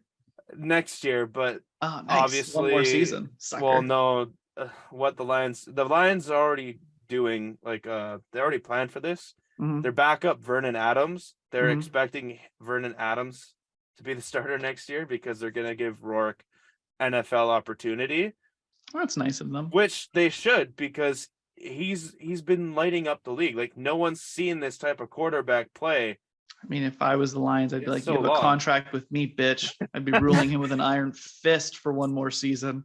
I would do that too, because it's like you're the one. We that's have the Grey putting Cup ass in next year, right? seats. Yeah, because 2 we years. Oh, 2 2 years. So never mind. 2024. Okay. But yeah, he's the one that's putting ass in seats. Yeah. And hopefully, Beats an ass. hopefully, if anything, we can keep his contract, but put it on hold Mm, so that if he doesn't work out in the NFL, he can come and back. we're like mid-season, we're at like 500. It's like, see you later, VA. Come back, Daddy. Yeah. Rourke. But yeah, no, I'm super excited for this Sunday. I already have a viewing party ready to go watch the game. It's gonna be a good game. I don't know if you guys will be catching it at all, but No, I'm gonna tune into this I'm game gonna for have sure. a nap. No, I will. If there's not like an exciting NFL game on or anything, I will. Well, I'll probably speaking of watch the it. fucking NFL, I don't know why why don't don't we do this on Saturday? That's what I was saying. Why do they try and compete on Sunday, man? Do it on Saturday. Compete against college ball because people here don't give a shit about that. People here do not give a shit about college ball. I agree. I said do not. I meant do not. Donuts, love them. I wanted to say don't. How many and points, do. Corey? How many So points? many points. Oh, I want an apple fritter. But speaking of the NFL, boys, let's fucking get into some of these games that happened over the weekend. and Left side heavy. Thursday. Let's ride. Jesus Christ, kill me now. Starting off with on the plane. Oh. Yeah, don't mind me, guys. I'm just gonna do some calisthenics here. Heinies. Yeah, some high knees. Get a little bit. Okay. Work it, daddy. Anyways, I enough. think you. I Enough think about you. I think Let's you. cook. I think you dropped something behind you. Ooh. Oh yeah, let me just pull out my shirt too. Yeah. Anyways, Thursday night football. Bum, bum, bum, Eagles, bum, bum. Texans. Okay. Texans made it close for a second. They had it. Yeah, they had it close. Fly, Eagles, fly. Yeah. Jalen Hurts. Eagles looking feisty as ever. CJ Gardner-Johnson, kill me now, has 5 Wah, wah. interceptions. He's going to get paid by the Eagles next year, and good for him. Everyone My boy Miles from- Sanders doing pretty good this year. Yeah, Miles Sanders, AJ Brown, Dallas Goedert had a fucking day, over 100 yards and a yeah. touchdown. It was awesome to see. Aren't you glad you Um, traded him away? Huh? Hayden? Aren't you glad you traded him away? Who? AJ Brown? Oh, I mean, in the other league, I thought I was getting a better piece, but yeah, we'll talk about that. I still have him in Dynasty, so Yeah. he still helped me. Beat you, actually. Oh my gosh, the most Corey. pathetic the most pathetic matchup in fantasy history. Everyone's I on a. won. All my I guys are on the won. bench this week. I was like, well, I my beat team Jeff. sucks anyways. I beat Jeff in Dynasty. I only had 56 points. No, I think it was Oh, 60 64. 64 to 58. It Yeah. was Big E- yikes, even if guys. I won, I'm like walking away with it like I'm not. I'm not bad. telling anybody about this. This one stays between me and Hayden. Yeah, it was. I hate that it shows up on the weekly report because everyone's like, "Holy fuck, this sucked." It was horrible. Like the fact that Jeff and I got lowest scores of the week, and someone had to win in that matchup. Whew. Duggan's probably punching the air right now. He's like, it would be both of these fucking Oh, monkeys if like I just easily. played them, but no. Oh, God. I'm starting Easily. to think I want to move away from a matchup based fantasy league and just have it like points for the week gets you the win. So like the top 6 teams for the week get like the win. Fuck that. I love matchups. I love. Why? just It has saying, like, absolutely nothing to do with Yeah, like, it you know what I mean? does. No, Yeah, it it doesn't. does. How? How? How? Because then it just makes it a little bit more interesting. Do It you makes kinda manage be your like, team differently because sure who you're do. playing? No, I you sure don't. do. Who? What are you benching a guy? Yep. No, you don't. You don't. You're I playing the guys benched who you think are Deontay going to have the Johnson for Chris most. Olave. You're going to play the guys who you think are going to get you the most points every week. And it's Well, if you're gonna do that, then just play fucking best ball, man. well, no, because best ball's different because you're not making lineup decisions. You just draft a team and you're like, there's your best ball. Yeah, it doesn't matter. Just play points for then. Your best team's best team. That's what I'm fucking saying. But Yeah, you then make you just change your specifically- lineup. You change your specifically just do lineup best every ball. week. No, because I want the fucking in-game. I want the year-long management of a team. I just think head-to-head scoring doesn't really make sense. Because all of a sudden you're in my main league, the league I care about the most, I have the 4th most points in my league, but Mhm. I've only won 3 games because I get Tough. just shit luck matchups. And you're like, it's shit. The guy last year who was like, ended up being like 4th in points for missed the playoffs. And you're like, that's big yikes. And it's just one of those things you're like, it brings so much luck into the realm. It's the same reason why I'm a pretty big fan of like kickers should not exist in fantasy football. I'm almost on the train of defenses. We should just stop having that too, because it's such a fluke most of the time. You're like, this is a good defense. They should, and then it's like a shit defense gets a pick 6. You're like, well, that's all right. All right, let's go back to week 9. Let's go back to Fuck. week 9. Yeah, fuck you. Getting to Sunday's matchups, the Falcons had like, I think it was like an 80% chance to win for like a second, and then it was gone. Honestly, man. going into this game, I thought the Falcons were going to win this. I thought the Chargers were gonna win this too, or I thought the Chargers were gonna win this, but not in the most convincing way. I honestly thought because the Chargers have been playing Terrible. average football at best. Terrible for what I and, think and, Christian. gone. and the Falcons have just been kind of playing off a high and feeding off of their opponent's mistakes. And Brandon Staley has a habit of coaching his Making team mistakes. into a loss. So I thought the Falcons would maybe sneak away with like a win. Like I thought the score would be like the opposite, like 2017 for the Falcons. The Falcons could have But- been. It disappoints me that the Falcons are like doing okay and that their coach isn't fired and that Marcus Mariota is still a starting quarterback. That it's just such low efficiency and low, like, you've got Drake London and Kyle Pitts. How does Kyle Pitts every week have like one catch for 18 yards? Yeah. Because They they just- like running the ball. Well, then why did you draft him in the top 10? Like, Yeah. what They are you had to. doing? But then trade the pick, move down Yeah. and get more picks. You've got him in London. You're like, wow, this should be kind of explosive. Well, Just start the rookie quarterback. Fuck, they're- let him throw the ball. They're clearly going to try and draft an actual quarterback next year. Yeah. Or actually, since they have $100 million in cap space, now that they've moved on from Ridley, they can actually try and bring in maybe Lamar Jackson. Maybe someone who Wild. actually, He's is going to pay that guaranteed competent. money. Exactly. And the Falcons have so much guaranteed money. At the start of the year, I know on our preview show, I wasn't high on them, mostly because They suck, I kind had of. to be. Yeah. But like talking with Donald, I was like, I could see them maybe rattling off like 4 or 5 wins. And Donald's like, I'm surprised if they get 2. So good for the Falcons for being somewhat Mediocre. competent. It's gonna be them and Tampa fighting for the division. What a gross division. Oh my Terrible God. division. The new NFC East. Oh, Mhm. it's terrible. But moving on, the Jets slumped the Bills. The Bills are now 0-2 against AFC East opponents. Yeah. And Josh Allen Might be out for a week or 2. I don't know. could be more. We don't Could know be. yet. So that's a Uh, big fucking yikes. Big Yeah. yikes. Love it for the Jets. Love like seeing the Jets win. You're like, there you go, poverty franchise. It's been terrible for so long. Look at you doing good. Solid defensively. You know, they're getting it done. I think their big defense fan. is actually like quite good. Well, quite Sauce, good and on the verge of being great. Mhm. well, like Sauce with you. Gardner, there's like this list of like the wide receiver ones that they've played this year that he's guarded one-on-one in man coverage.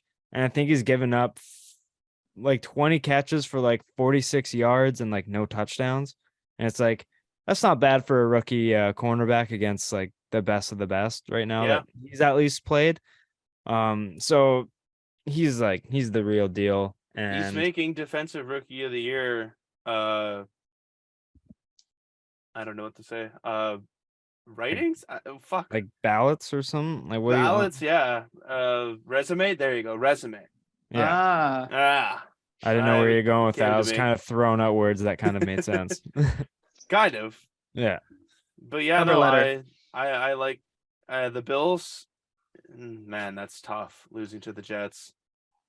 I don't tough, think- but what are you worried about the Bills really? Like, well, I'm worried if Josh Allen's injured. yeah, if Josh Allen's injured, they have no chance. Sucking No team titties- has any chance if you lose your quarterback. sucking titties Trubisky. It's wait, no, he's on the No, Steelers. he's not never on. mind. I don't even know who Never the. mind. It's a no-name guy. No, it's not a no name. Come Isn't it? on. No, he beat the Saints as a Minnesota Viking. Fuck, what's his name? Case Kirk Keenum. Cousins? No, Case Case Keenum. Keenum. Yeah. Oh, he also sucks though. So Yeah, he does. The Vikings narrowly beat the Commies. Kirk Thuggins. Kirk Best nickname. in football. Thuggins. you Dude. like that? I love Kirk Cousins this year, man. Like that video, he's ripped, man. Oh That god. guy has like a 6'8" pack. I don't even know that. Like Kirk Cousins, Hey man, as long as they don't have to play a primetime game, fuck, He's they're good. set. Yeah. they play the Bills. Best team in next week. football. Yeah, The Bills. play the Bills? Yeah, the lucky. Bill- I know if they no might Allen, not that's have, a Vikings win. Yeah. I They was about might to not say. have Josh Allen, but I think the Bills can actually steal away a win there. Believe it or not, I think they're gonna be pissed. Minnesota will find a way to choke it. Surely. That's your NFC North division winner you're talking about right there. Yes, sir. Called that. Sorry, we'll get into that. The commies, Taylor Heineke. Guy's a gamer. Yeah, he's just Too bad he won't be the starting quarterback. I He's feel just like he's just fun to not watch. that good, but he tries his hardest. He's so fun to watch. he's he's like a league pass team. It's you know what I'm saying, like an NBA league pass where it's like maybe sometimes the worst team is like the most fun to watch because they have nothing to lose. That's Nothing to Taylor lose. Heineke. He's Yeah. a great backup quarterback. Yeah, Great. Like he'll Yeah. make himself a nice NFL career as a guy who can back you up. who is it? Chase Daniels. Is that the guy who's had like 146 Yeah. completions, but he's made like $48 million? It's like Yep. the He's greatest, done nothing his whole career. the greatest Yeah. backup in NFL history has done nothing but has made a ton of I'm here if money. you need So me. much.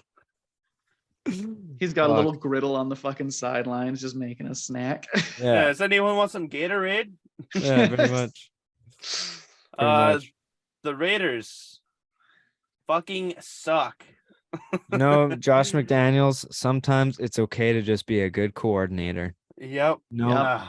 The Jeff, I could not agree with you more. that's Perfect. that's totally okay. It's okay to be Not a everyone's good meant to lead. coordinator. He's just Yeah. not a good coach. No, He has oof. Devontae Adams, and the fact that you don't know how to use top 3 receiver in the game is beside myself.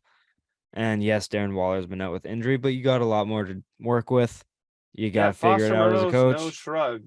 You got to figure out as a coach, and McDaniels is not cutting it. Blowing a 17-point lead is just unacceptable. He's blown 3 17-plus point leads this year. Huge The- blower. In the last 30 years before him, they blew 5 17-point-plus leads. So that just He's a record shows breaker, lot. baby. It was funny. Uh, Scott said on the last episode we were complaining about like Patricia and Judge running the offense. He's like, it's okay. McDaniels will be back on the Patriots next year. Yeah. Might Daddy's coming home. First, Travis third Etienne. Oh, sorry. Jeff, I Baller. didn't know No, you I were was gonna- I was Okay. just saying some dumb shit. Yeah, Whatever. Travis Etienne, Gamer. certified baller. Looks really good. Yeah.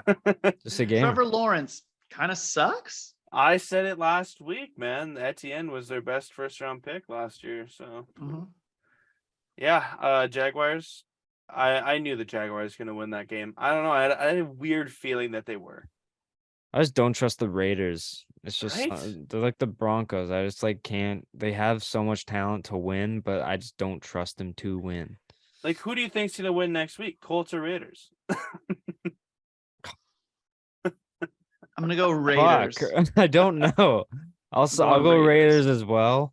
I think this will be Sam Ellinger's game to just fucking actually kill wild. the Raiders. Sam Yeah. Ellinger sounds like he's a cowboy from a western, right? Like Well, Sam he went to Ellinger, Texas. He went to Texas, so it makes sense. right? Like that's a character's name in a fucking western. That's like a Clint Eastwood character. Like Yeah. Red Dead Redemption or some shit. Sam Ellinger. He's the sheriff, you know. One of my favorite college quarterbacks. I just loved him. Put his shoulder down and just ran through people. Great to watch. Love it. Ram Ellinger. The Bengals, or should I say, Joe Mixon beats the Panthers, 42-21, or he would be 35-21. This fucking game. So in the league I told you about, the one I Mhm. care about the most, right? Last week the Bengals get shellacked, right? It's so embarrassing for them. I'm Yep. going this week, they're playing the Panthers. I'm like, I know they're going to put up points this week for sure.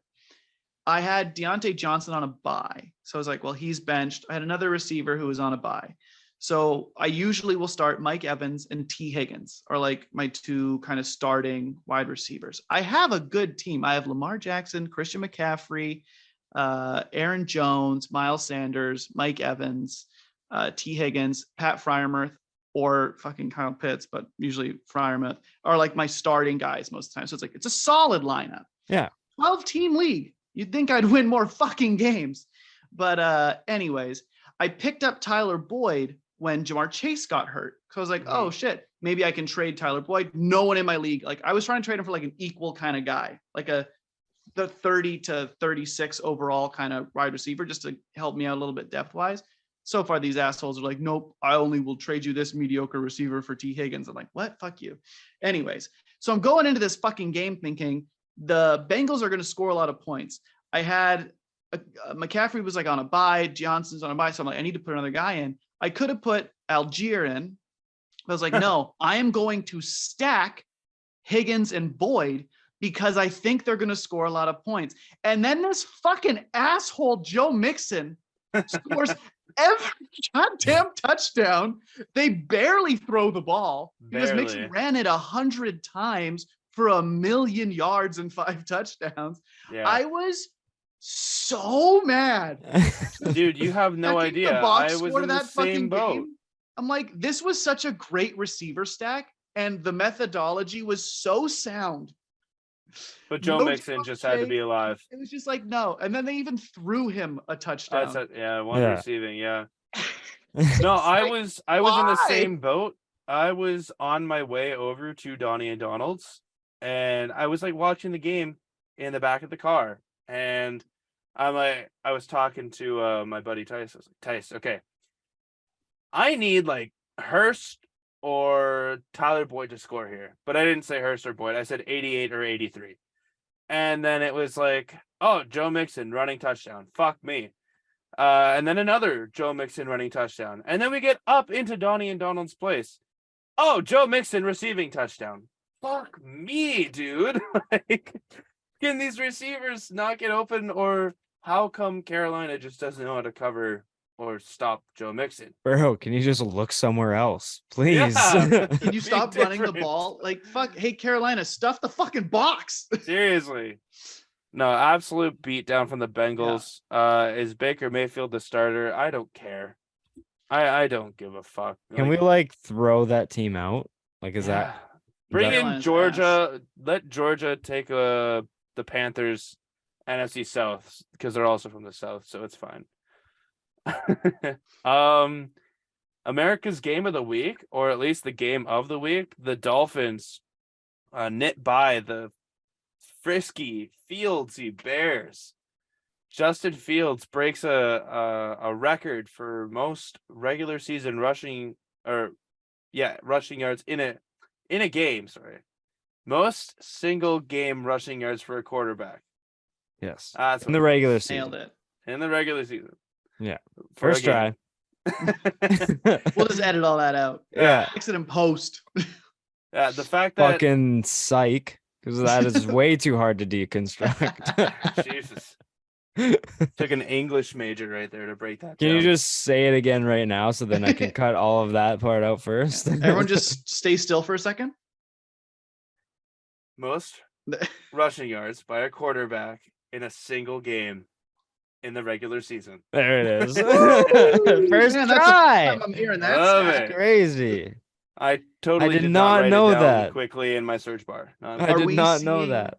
Are we seeing Justin Fields become the quarterback that everyone said he could be? Over the last 3 weeks, he's kind of, no one ever thought he's going to be like Mr. Prolific throwing the ball, right? But like, no, he's that Lamar Jackson, like, I can throw the ball if I need to, but I am just going to run over you if you don't stop me.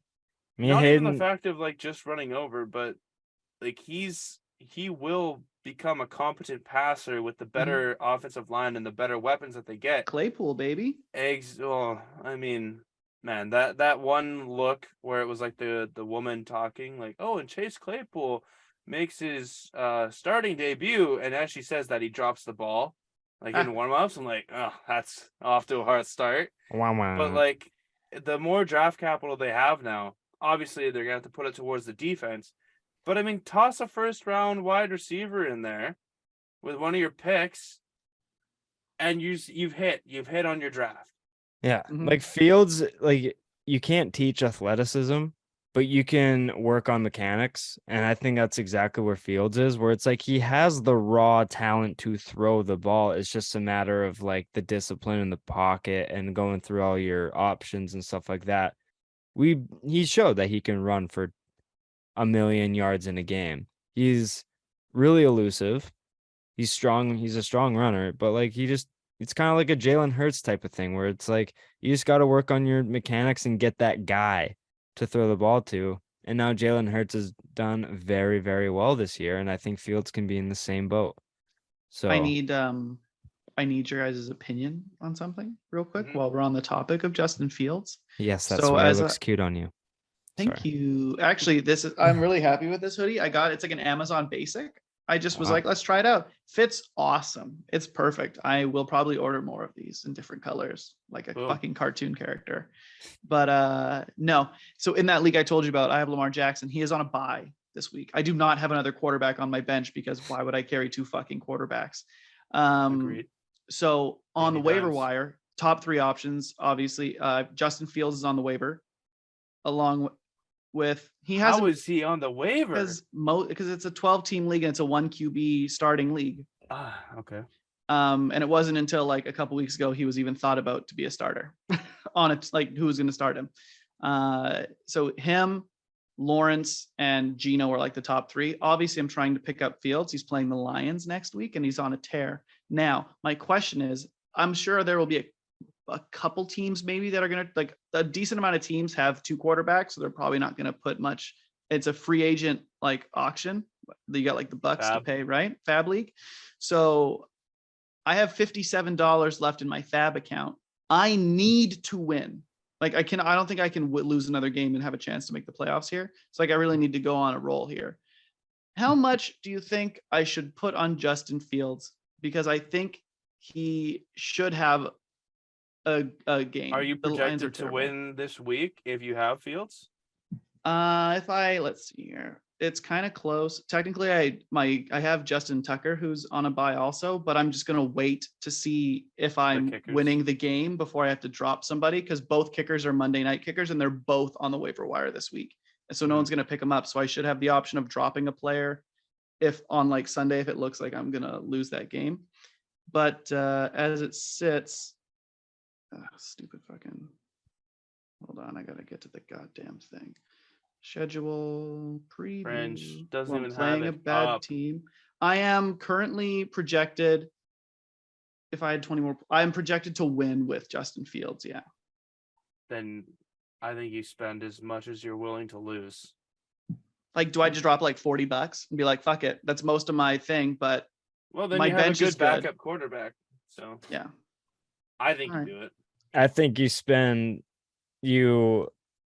like even if like the next person's like $15, it's like, oh, I didn't need to spend that. But like I think it's better to have them than not have them. Mhm. So, but also like if you don't, then maybe you can like scoop Gino, and he hasn't been terrible either. That's the thing where I'm like, if I don't get him, And he I'll have does like play the okay Bucks play. too. Yeah. All right. I'm throwing big money down on Fields. I would throw at least $40 down. Nice. My I agree. dumbass was saying spend the whole 57, baby, and fucking ride. And no But- one would even bid. Yeah. Nobody bid. Like, wow, we really went for it.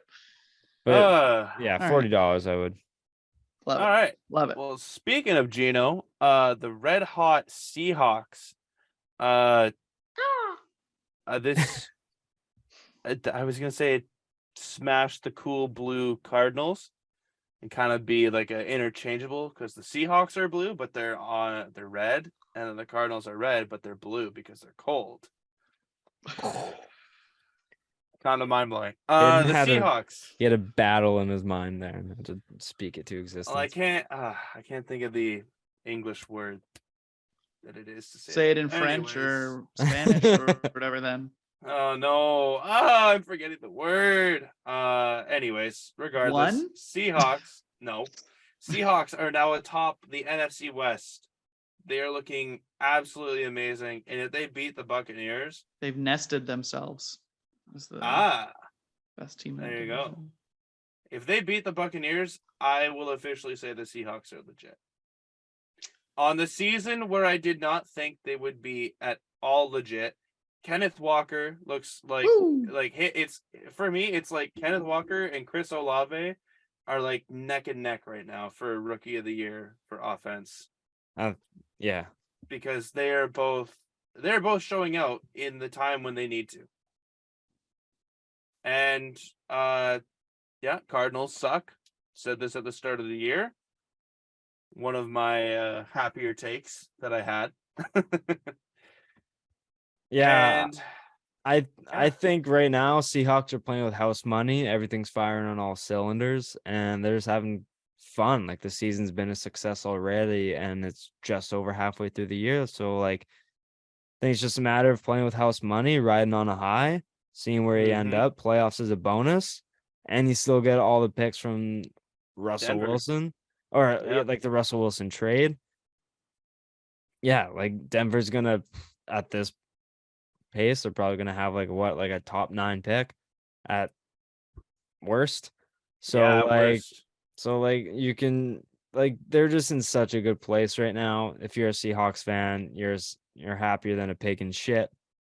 Yep. Because they've already hit their projected win total for the season. I'm pretty sure it was like 5.5 to start the 5.5. year, and Yeah. they're already at 6. So it's like that's already a success if you're looking at from that point. And like Geno Smith, man, that guy still has that letter tucked away that they wrote him off on, right? Like he hasn't written back yet. And he's just Tyler Lockett's playing like a wide receiver 1. Like they're just like you said, Hayden, like Kenneth Walker and stuff like that. Like things are just going well for the Seahawks right now. And it's just a They're cool clicking. story. It's a cool story to see. Like they handled divisional opponents. Like they're just playing everyone hard. It's just fun to watch. Agreed. I also agree. I thought the Seahawks were going to be fucking trash. Yeah. I was And like, they're good. like, I was trying to think of when you were like, oh, it's Kenneth Walker and maybe Chris Olave. I was like, there's another running back, and it's Damian Pierce is who I was trying to think of. That is Yeah, a guy that's Dameon like Pierce. Yeah, his plays on he's a also team that playing is good. god awful, Yeah. and they'd have nothing like he is their best offensive piece, and everyone knows it, and he still goes out there. And it's like I think it's between him and probably I think Kenneth Walker, the two of them. With Olave as my third choice, but Fair enough. There's no real wrong decision. That's right. They've had their shit had year their for time. rookie wide receivers. No one's really popped off so far, eh? I thought I George mean, Chris Pickens would be much Olave, better. Olave's That's been pretty 6 good, but like no one's like No one's 600 Jamar yards. Chase. Like no one's Yeah, like Jamar no Chase. one Justin is Jefferson definitely out there, Justin you know? Jefferson. Yeah, Jamar Chase. Yeah, no one's that level. But I feel like that's the case, or that might be the case because there's no real like good quarterbacks that the top wide receivers have. Like you look at Pickens, shit. You look at Olave, shit. You look at Garrett Wilson, shit. It's not Yeah. much there you can do Jameson better. Williams hasn't played Hasn't yet. played, yeah. But I think Williams will be good. Mhm. Just because Goff he's gambling everything. What the fuck does he have to lose? That's right. Nothing, baby. Nothing. Anyways, the Bucks barely squeak out a win against the Rams. Man, I could have flipped a coin, and whatever side it landed on, I would have just went with that team. Yeah. Yeah. I don't trust either of these teams. Brady, when he came to his post-game presser, that was awesome. That was fucking awesome. Buddy, you scored a touchdown in the last second. You looked like shit for the whole 58 minutes. Like His family's being torn apart. What family? He doesn't know his family anymore. But it's like, why does he like wait 58 minutes to be the best player on the field? It's like where was this? They have so many slicing of weapons. It's like It's I unreal. don't know what is happening. Like Their it's line like, sucks. but it's like that was known. Like the It was line known last year. The Yeah. line didn't seem to suck on that game-winning drive where he just pieced that defense apart. It's like, where was that for half of the game? I think Yeah. you're looking at a quarterback who was ready to kind of retire already this year, and it's like I don't think he's like full in. Didn't need to Maybe come in the back. second half of the season, No, if he they didn't need to come back. if they look like and- they're in a playoff chase still in like the back half of the year, maybe, and he can like taste the playoffs coming, he'll maybe care. He can taste the more. playoffs coming right now. The NFC South fucking sucks. He's gonna get the 4th spot. He's probably gonna have to play like Dallas or Anyone scared of playing Dallas? no, not really. Right? Or the I can't even think. Maybe the Falcons. Hilarious. Absolutely hilarious. But yeah, no, Falcons exact their um, revenge on Tom Brady. they might win. The Chiefs and Titans, Sunday Night Football. Titans. 13.5 point favorite, and should have never have been. The way that the Titans can slow the running game down. I don't even think a Titans receiver caught a pass. Yikes. I dead ass think. Here, let me look at the stats here. Nothing from Bob Woods. There was 4 receptions. Chigo ZM Okonkwo, 1 reception, 48 yards. That's my guy. Austin Hooper. Pooper. Oh, so it was no wide receiver caught a pass, but 2 tight ends and a running back. That sounds like the Kansas City Chiefs. Jesus Christ. Yeah, it was Derrick Henry. 5 of 6. Oh, it was the rookie. That's right. I was like, why did Tannehill only throw the ball 16 times? But no, that makes sense. Yeah. Flip side, Malik Mahomes throws it 68 fucking times. Yeah. Oh, and Dontrell Good. Hilliard, sorry, got 1 reception for -4 yards. But yes, to each the opposite. Mahomes, whilst throwing 43 times, only had 1 touchdown pass. Weird. He ran a touchdown as well. But like, are the Chiefs potentially broken? Like, I don't know. I feel like the Chiefs should have won more convincingly. They ran the ball like 7 times. Like I'm pretty sure Clyde had like 5 carries. Pacheco had nothing. Pacheco had 5. They rushes. had 13 rushes altogether, Yeah. not including Mahomes. Mahomes because those had are scrambles, 6 so you don't rushes. count that shit. But like Yeah. Mahomes had like 68 of their 77 rush yards or some shit. Yeah, they ran 63, 13 for like 14 yards, 13 times for 14 yards with their running backs. They don't commit at all to the run. Yeah. It's Don't let it be known. The greatest choke job in fantasy football history was me picking Clyde over Jonathan Taylor. oof. Yeah. But you know what? JT hasn't even looked that good this year. So True. it's just like maybe But at least one he had- anomaly year. Well, You at know least he who's been fucking looking played pretty good? unreal last year. That's true. Juju, my guy. Yeah, I knew- Juju has. been Everyone pretty was kind of decent. shitting on him and like, oh, he's still I think gonna a lot- suck. He's just not that good. I was like, he started a little disagree. slow, but he has been. I think a lot of people just kind of were like, yeah, like he's gonna be whatever. I think a lot of people thought he just wasn't that good. And I was like, he's just playing in Pittsburgh. Yeah. Ben I think- Roethlisberger is half a quarterback. I was excited to see Juju this year, what he could do with Mahomes. I think it'd be interesting. And it has turned out that way. It's been great. 10 definitely catches, has. 88 yards last week. All right, now getting on to the good games. No. Jev, your Patriots. They did what any time Bill Belichick goes up against a young quarterback does. Yeah, Just except Tua. Fuck that guy. He's like 4-0 against Bill. That's right. Which is a huge anomaly. Yeah. But yeah, the Patriots defense came to play. Mac Jones looked very subpar. This fucking offense is so bad. It's so like- bad. Like there's nothing special about it. Maybe Ramondre Stevenson, but that's fucking it. Ramondre is the That's is it. the bright spot. Like Mac Jones hasn't been good, but also our line, our weapons suck. Our play calling is horrible. Why the fuck? Mhm. I say this every week. I'm not even going to go on a tangent again. I don't know what's gonna happen. I don't know if like Bill just like didn't bother hiring an offensive coordinator because he didn't trust McDaniels being a coach, so he's just gonna bring him back. I don't fucking know what's gonna happen. But like this play calling is terrible. It's 2nd and 15 and we're running the ball. And it's like run a slant, run a fucking go route, make this game exciting somehow. And yes, we won 29-3 or whatever, but it's still annoying to have to rely on our defense and So have much on your half D. and have so much of our points from our defense. It's like, Yeah. fuck. I just want some exciting offense. Like, just have it be watchable. It's just like Yeah. relying on them making mistakes. And it's like, I want to put points on the board with our offense. Like, what's supposed to happen? But good win nonetheless. No, I definitely agree. It's slow, but I think that's kind of like the key where it's like, maybe the Patriots aren't gonna really do anything this year. You Like, know, I'd rather just get shit on every game and then have a good pick. Yeah, you're gonna end up Yeah. missing the playoffs, but you're gonna have A like a 12th middle of the overall road pick. shit pick. yeah, top 12. Or pick, yeah. we're gonna make the last spot and then get shit on by another team. By Yeah, you'll luck Kansas into. City or At least Buffalo. your division is like, it's wild that you are over Last. 500 and last in the division. Yeah. Like, Yeah, well, that's crazy. I think we're Corey, 4 and Oh, 4. 5 5 and and 4. 4. Oh, have we not had a bye week yet? I thought we did. No. Corey. Oh yeah. As Lil Wayne said, I think it was time to give up on 12.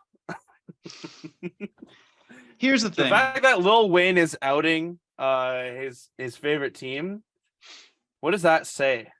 If anybody thinks that the reason that the Green Bay Packers aren't winning games is because of Aaron Rodgers, you're fucking insane. Aaron Rodgers is not playing like an MVP anymore, but he's still playing like a decent quarterback. The defense was supposed to carry us this year, was it not? No one was coming into the season being like, watch out for the Packers on fucking offense. No, it was the defense looks like a top 5 defense. They were great to end the year. They've shored up their special teams, so they're not bottom of the league, hopefully, but just middling is fine by me, which they've been kind of a middling special teams, it seems. No glaring mistakes, really. So the defense, Joe Barry fucking sucks.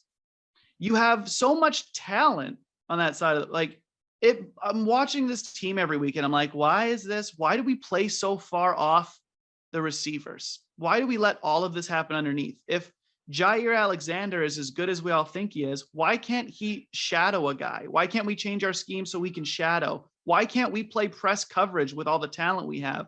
It's silly. And then on offense, fuck you, Aaron Rodgers, for not going to OTAs this year.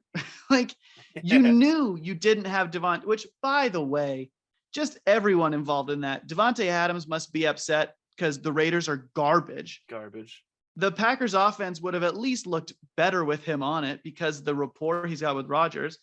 And then I look and you're like, you didn't. Not only did you not draft another fucking receiver in the first round again this year, instead wasting 2 first-round picks on 2 defensive players that have been all right, but you then at the trade deadline, again, supposedly offered a second for Chase Claypool, who would be an improvement over what we have. But that was, you couldn't have pressed for fucking Brandon Cooks. You couldn't have got the Texans to eat some of that money, like something. And every year, Gutekunst comes out. He's like, we nearly tried and we were involved. It's like, fuck you.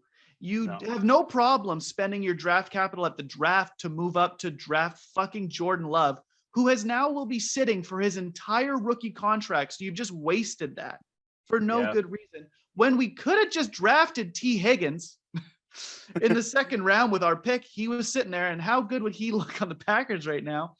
But then, not only did Rodgers not go to OTAs to try and build rapport with the rookies, no one can stay on the field.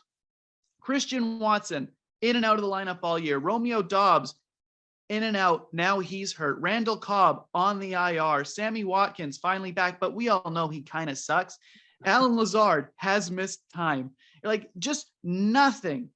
And instead, they still don't rely on the run game, even though they have 2 Aaron Jones is a fucking dynamite running back. AJ Dillon is a decent running back. I think he's really good too.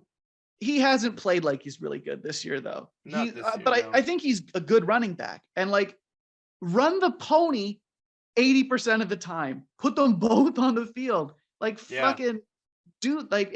It's mind-boggling the amount of adjustments they cannot make. I don't blame Aaron Rodgers for this because no quarterback would be able to make this team look good. No receiver is you've got Amari Rodgers as a start. You have fucking Samari Toure, a 7th round pick, is a starting receiver. And I think he also got hurt. In that game fucking on Sunday, Rashawn Gary's out for the season now. Aaron Jones, he's going to play, but like everyone got hurt. They're riddled with injuries this year. Bakhtiari's in and out of the lineup.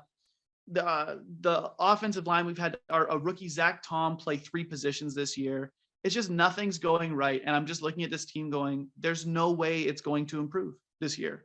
It's just like, I think the worst part for Green Bay is that they're stuck with Rodgers without any talent around him now for why 3 did more you years. bring him back? Yeah, if you that weren't was going to sell out everything and figure out every piece of cap magic to put talent around him at the receiver position, and the best you could give me was Sammy Watkins and 2 rookie receivers, a 2nd and a fucking 4th round pick. Yeah. Well, it's like we've got Alan Lazard. Like Alan Lazard's a number 3. Yeah. And the receiver they tried to go hard for was available when they picked Jordan Love. Yeah. Like Chase Claypool, who they tried to go hard for at the deadline, they could have just picked at the draft instead of waste Jordan Love. Or last year, you couldn't have sold out to get one of the receiver, or even this year, fucking like trade some draft capital. You had 2 first-round picks. You're telling me the Packers couldn't have traded 2 first-round picks to move up to get fucking Chris Olave? Right? Like you could have done some shit, but instead you're like, let's add to the defense and then not get a better defensive coordinator. Let's keep Joe Barry. Yeah. It's so frustrating.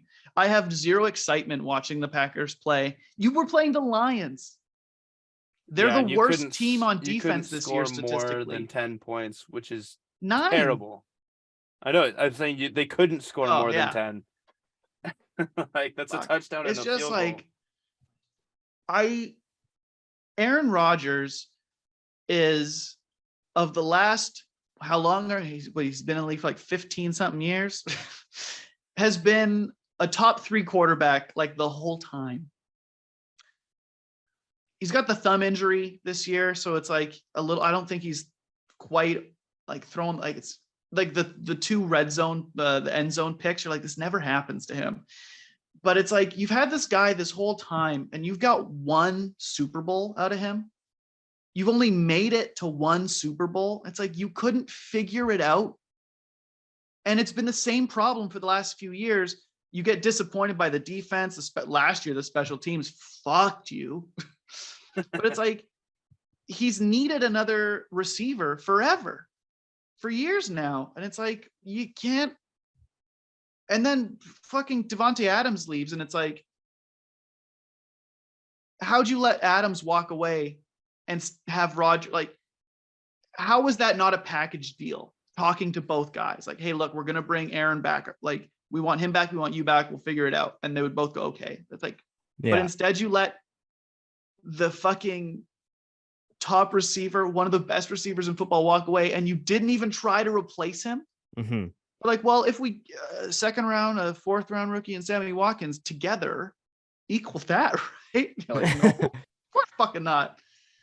Fuck. Yeah. It's so disappointing. They're not going to make the playoffs this year, I don't think. Like, I don't see how they win another, they're going to need to win 6 games at least to even have a chance to make the playoffs. Well, there's Cowboys and Eagles. That's 2. There's the Bucks, probably, or at least an NFC. There's an NFC South team. There's the Vikings. Yeah. They already played the Buccaneers and they won. No, to make the playoffs. Yeah. Sorry. Right, you've got so you'll have the Eagles and you'll probably have the Cowboys. Bucks, so that's 1 wild card Vikings, spot. And then the 49ers and Seahawks. Maybe Rams. Yeah. So, because Rams and Green Bay both have 3 wins, so it's like it's not like the Rams are like ahead or behind. So it's like Atlanta is a wild card team because they get to play the fucking NFC South, and they have 4 wins. Yeah, it's just like crazy. If they don't make the playoffs, you're like, just mismanagement. And what was already known as a thin NFC. Yeah, this was the year where I looked at the Packers before the season. I was like, if they can just run the ball 65% of the time, that defense can do what it's supposed to do, and the special teams can be all right, I'm like, Packers can have a shot at getting to the Super Bowl and losing to an AFC team probably. Yeah. But at least they give you some excitement. Yeah. But no, Yeah. fuck. It's just a fucking giant piss off. Yeah. And speaking of giant piss offs, let's go to incompetence about coaching. Oh wait. So not only last week was it announced that Michael Thomas was going on to the injured reserve after missing 5 fucking weeks. Fuck these doctors, man. I just saw a report that came out today, asked about Marshawn Lattimore's injury, and the same bullshit response was given of no timetable to return. He's progressing. That was the same bullshit that you said about Michael Thomas. Go fuck yourself, Dennis Allen. I am out on Dennis Allen as a coach. Pete Carmichael's fucking play calling is so ass backwards. How can you call such a complete game against the Raiders? And yeah, the Raiders suck. Okay, but at least they held them to no points, which is awesome. Shutting out the Raiders is still like They a scored tough over thing to 24 do. points a game. Like, I know we talked about this, right? But like, not putting in Taysom Hill on a 3rd and 1 multiple times, It's like, it's automatic. It's automatic to keep a drive alive on 3rd and short. It's no And- secret that Taysom Hill does the same thing and defenses still can't find a way to stop him. Still can't find a way to stop. So him. It's so funny. Go to what works, for Right? fuck's sake. Exactly. And then you don't get. They didn't throw one screen to Kamara last night, and Really? Kamara only touched the ball 9 times. Oh, your best. That's like when Aaron Jones Player? touches the ball 9 times, and I'm like, what are you doing? Exactly. So He's it's your like- best player. So it's like you don't want to put the ball into your best playmaker's hands. Okay, that makes sense. No Taysom Hill Yeah. on 3rd down, one of the best athletes in football. And Yeah. then you don't want to throw or hand off the ball to one of the best pass catching running backs in the NFL. No, not at all. Fucking make And it make sense. To make it worse, the fact that Allen didn't pull Dalton halfway through the 4th quarter pisses me off even more, because it's like we were only down 20-6 or whatever it was, but it's like we were never going to be in that game. And the fact that he still named Dalton the starter is even more of a piss off, because it's like, we know we're not good this year now. So why don't we see what we've invested $27 million into and put Jameis Winston in there? See if he can rattle off 2 games in a fucking row for wins. Like, Wait, make it make sense. I thought this whole time Jameis was just hurt. No, he's been good to go Yeah. for the past 2 weeks. But And they're Dalton- deciding to start Dalton? Well, Dalton, here's the reason why. Dalton has gotten the nod both times because he puts up almost double the amount of points that Jameis has put up. Dalton has the Still more stupid. He's still Dalton has more knowledge, or he's practiced more with the first team Mhm. offense in training camp because of Jameis Winston's ACL. So it was also more of like we still have a shot because the NFC South sucks. And the fact that we're only 2 games out, but I'm already so down on the season, it just shows that, like, literally, if the Panthers win, the Bucks lose, and we beat the Steelers, very possible. Mhm. All very possible scenarios, we're 1 game out. But it's like, this is the most depressing 1 game out I And think I've Jameis ever Winston been. gives you I know Andy Dalton's a decent, like, he's a good backup, great backup, but he's not going to be a guy that can like deliver you the wins you'll need against good No, not at all. At least with Jameis is a guy Jameis- that gives you a chance Yeah. yeah, with that arm. exactly. And that's what Jameis did week That's 1. wild. I thought he was just hurt. No, I've got this it's- motherfucker sitting on the bench in our stupid league that my team is dog shit in. I'm just starting No. all these losers every week. So I'm like, fuck Jameis, get healthy. But this No, asshole's healthy and they're just it's- not starting him. Yeah, they're Boo! just not starting him purely because of Racism. their sole aspiration to try and win. But I will say, Dalton, one thing that Dalton has been doing A better up nickname? until last night. No, no, I think Jabu is a way better nickname. But It's not he's Crab been Bucket, getting the Crab ball- Bucket, he's been getting the ball to Kamara Mr. Krabs. where Jameis hasn't. Like, Yeah. Well, not Kamara's- last night. Yeah, I was about to say what I 9 just- times. It's what I just said. Okay, calm down. 3 receptions last night, which is porous. But I purely call that on play calling. Mhm. Because the play calling last night, I could totally write it off because of how much or how little utilization Taysom Hill got. The best athlete on the field touched the ball, I think, 5 times. Yeah, it's Which fucking is crazy. Absolutely insane. I just like it's You think you'd crazy. have Winston, Hill, and Kamara on the field like 90% of the time, 90% of the time, right? Like, and for a time, at least in the start of line the them all up in the season, Wildcat. Michael Thomas at the X, like the fact that Michael Thomas was Mhm. amazing for 2 weeks and then injuries, and that's all he's going to be known as now, is an injury prone guy. And we can't get rid of him because he's going to cost us like $29 million unless we trade him. And yeah, man, it's terrible because that's all people are going to just know him by is the toe stubber rather than getting shot. But it's like his toe is literally slanted. And yeah, Brian Robinson, amazing story. He was shot in the ass.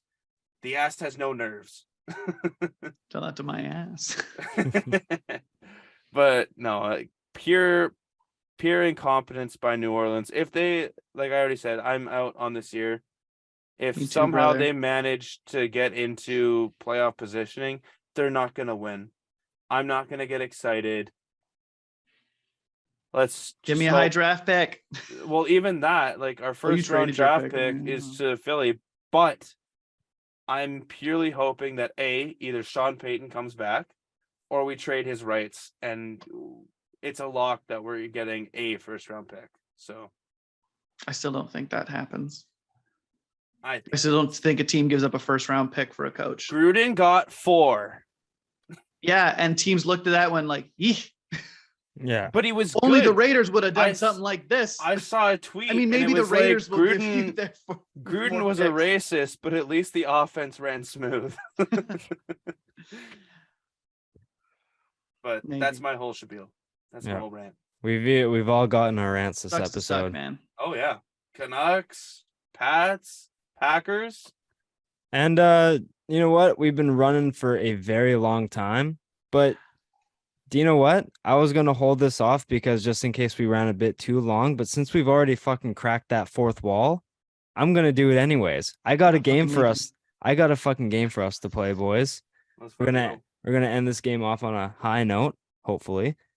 And this is gonna be between Corey and Hayden. Not between. You guys are working together for this. But Fucking we're teamwork makes a dream work. playing the game 20 questions. Mm-hmm. I have an NHL hockey player pulled up. Okay. It is a player you guys both know. Okay. That is a hint I'm giving you. You both know who this player is. It's not fucking some random Russian who's played 4 NHL games. Like, Mm-hmm. you guys know who this guy is. Okay. And So it's you a guys, guy. and you're gonna ask yes or no questions, and you get 20 of them. I'll keep track. I'll let you know when you have X amount left. You can ask how many you have left, whichever. You guys are working together to crack the code. Okay. All right, Corey. I think we know the first question here. Go for it. He Oh, doesn't fuck. know it. Give me a second. We have It's 20 like- questions. We can narrow this down pretty quickly. Okay. What is it? Is it just the East and West? Yeah. Okay. No, sorry. Yeah. Is he in the East? No. Okay, so he's in the West, so that means he must be in Hold the on. Do I have to use this Central as a or qualifier Pacific. question of like, is it an active NHL player? That is your second question, and he is not an active NHL player. Ah, okay. So he's in the Central or Pacific, Or and was? and he's not playing anymore. Okay. Is it a forward? Yes. Okay. Does he play in the Pacific, or did he play in the Pacific? No. Ah, so he's in the Central. Okay. When Now he played, is it the divisions that are currently in the NHL? So are you trying to trick us when he says, is it the Pacific? And it was like some old timey fucking division that no longer exists. He's played in the divisions how they are now. Okay. Okay. He's not trying to So trick us. it's that one of your Jets, questions? Yeah. Stars, Avalanche, Blackhawks, Wild, Coyotes, Predators, and Blues. Okay. Unless it's one of those teams that's been realigned that used to be. Well, the in the Jets came from Pacific. Atlanta, right? I don't remember any Atlanta teams. Or was the Jets just an add-on? No, they came from Atlanta. Okay. Yeah. which one? Let's That go. wasn't one of your questions, right? No. He's just trying. no. He's thinking out loud. Yeah. So Exactly. it's a retired forward that played in the Western Conference, presumably for the Central Division. Central, yeah. Oh Right. man. Um, I'm trying to think of like past Who has- players. I'm trying to think who Oh, Hayden would know. I think I have a pretty good one. Go for it. Did he play for the Colorado Avalanche? No. Fuck, I was thinking Joe Sakic. Was he a center?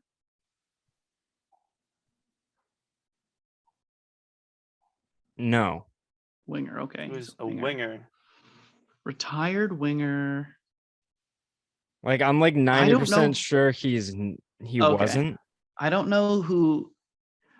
Okay. Did he retire less than 10 years ago? Yes.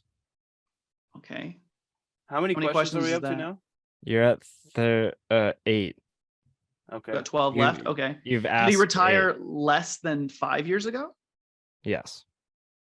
Okay. so it's So very recent. recent. Who's recently retired from the NHL? That is a forward. I got to look at like the team's logos. My brain always just like Jets, sorts out. Stars. Did anyone retire from the Stars recently? Not off the top of my head. I was mean, thinking maybe. Jamie Benn still playing, right? Still playing. Yeah. Who's the other guy for the Jets? Or No the one Jets, the noteworthy Stars, from the- Stars. Nobody noteworthy from the Stars, I think, is retired that I would be like, oh yeah, Hayden Yeah. knows this guy. Jonathan Toews is still playing, right? Still playing, and he's Yeah. a center, Yeah, he is a center, a for yeah. sure center also. Coyotes haven't had any notable people. Okay, well here, hold on. We've asked 9 questions, so we got 11 questions left, right? Yeah. Did he play for the Blues? No. We can just narrow it down like that. Hopefully get lucky. Yeah, there's only 8 teams in the division, right? That's true. And hopefully we get to it before. So we've asked the Avalanche and the Blues. Let's think of like Um, teams that have. Yeah. Did he play for the Wild? No. Did he play for the Stars? Yes. It was the Oh, Stars, okay. Corey. So now we're at 11 questions asked, right? 12. Recently, 12. within the last 5 years, Fuck. Oh, no, it's retired gonna from the piss me Stars. off. That Hayden has just a cursory knowledge of the NHL, right? Hayden knows this player. No, I know, but I like didn't know him. Hayden knowing the player, like in general, Hayden, you have like a okay NHL knowledge. Like, Hayden you're has not- Hayden's played lots of years of NHL. Sure. He knows players who've played. Fuck, the fact that this guy isn't coming to my mind right now. Because the first person at Tyler Seguin. Is he still playing? he's playing. That's the guy who I was thinking of. God damn it.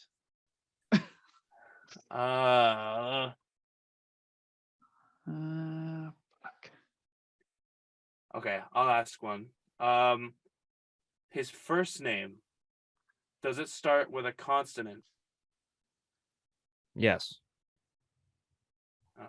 Damn, I was hoping it was gonna be no. Was he an enforcer? No.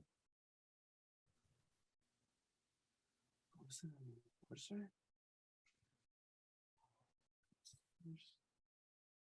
You got 6 guesses left. 6 questions left. Damn it,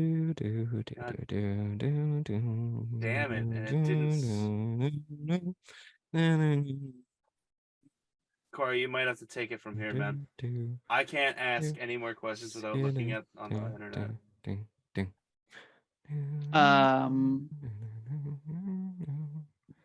Did he wait? Is he still playing? Yeah, he is still playing. Never mind. I was going to say Louis Erickson, but I'm pretty sure he's still playing. Yeah, and he played for the Stars, and so it was like he played for the Stars and the Bruins and the Canucks. I was like, was that who I'm trying to think of? But no. Fuck. God damn it! I didn't know this player too. Yeah, you know this player. Okay. Was he on the Dallas Stars for more than 5 years?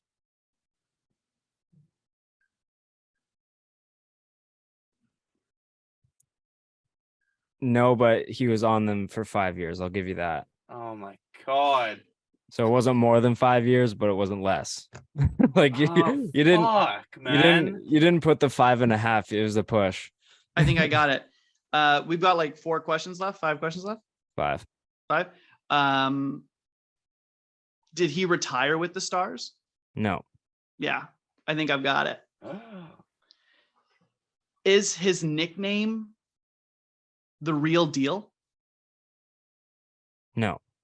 Oh, fuck. I definitely thought that it was James Neal. The Real Deal, James Neal. No. Yeah, played for the Stars, forward, consonant first name. He's also not is retired. A player.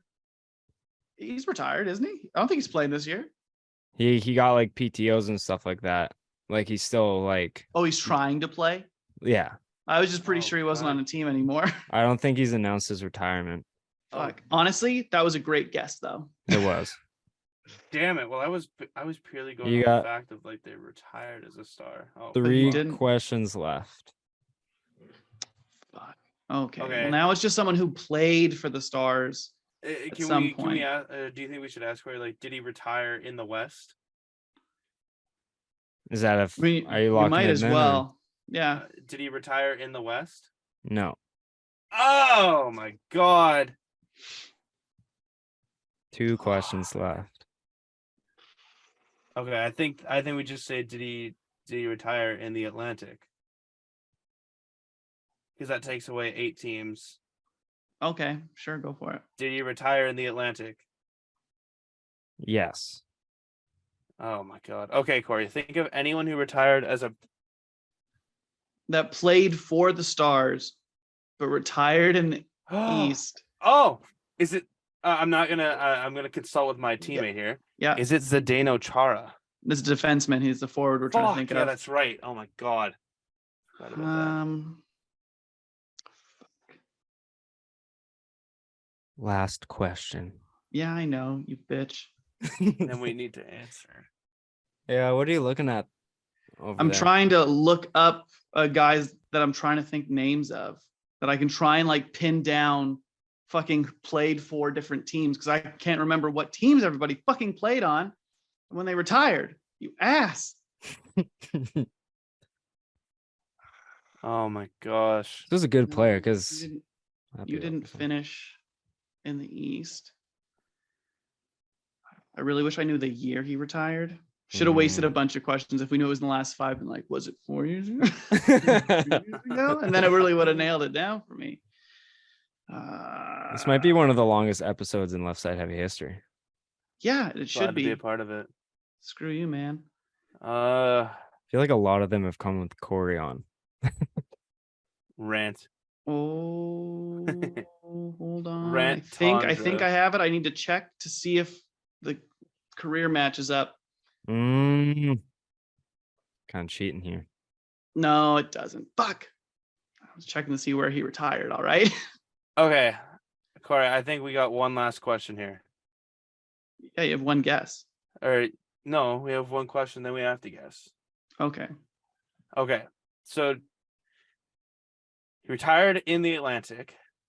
Now Is a forward is a that forward. you know. Now, the top 4 teams, Jeff, because it's part of the question. The top 4 teams go Bruins, Red Wings, Maple Leafs, and Lightning. Okay. Did he retire on the top 4 teams in the Atlantic this year? No. So he retired as a Panther, Saber, Canadian, or Senator, Corey. Gross. Wait, what did you say were the top four right now? Bruins, Red Wings, Maple Leafs, Lightning. Oh wait, no, he did. Sorry, Okay, so he retired as a Bruin, Red Wing, Maple Leaf, or Lightning. I didn't hear the Maple Leaf, and then when you read back the bottom four, I was like, wait, that's not right either. So I I did. see. Okay. I don't know any notable Bruins players that's retired in the past. All right, you have to guess a player here. Okay, Wait, standings. who's their So- the Bruins, player- Wings, Leafs, or Lightning. Someone that has retired, and that was the last team they played for. A Yeah. forward, not an enforcery type, so no tough guys. Anybody recently? Did the Red Wings have some shit player who was good before that retired and like it went to the Red Wings to die? You know, I think it has to be a Detroit Red Wing player, right? Because the Lightning have been like so good for like 5 years at least. The Maple Leafs have as well. Hold I'm on. giving- Is he I'm still giving- playing? I'm giving you guys 2 minutes. Okay, 2 minutes is fine. Oh, he is still playing. Fuck. Um,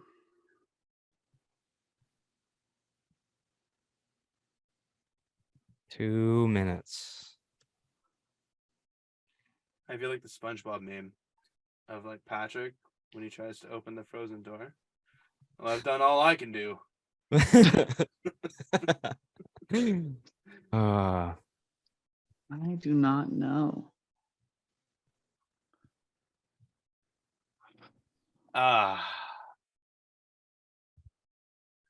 Man, See, and because he don't- only played 5 seasons in Dallas, it makes me think like, oh, was he even like when you think of like Dallas star, you know what I mean? Like, yeah, oh, Mike Modano, like that's a fucking Dallas star. yeah. But like if he's someone Hayden knows, he probably had a long enough career. So it's like, oh, he played 5 years in Dallas, but like his best years were in fucking St. Louis or some bullshit. And then he went and retired and played 1 year somewhere else. in the Atlantic, I'm gonna yeah. be so mad. I'm gonna be mad too. I think Yeah, 56 seconds left. I purely can't think of anyone that's retired. Oh no, he's a center. Fuck.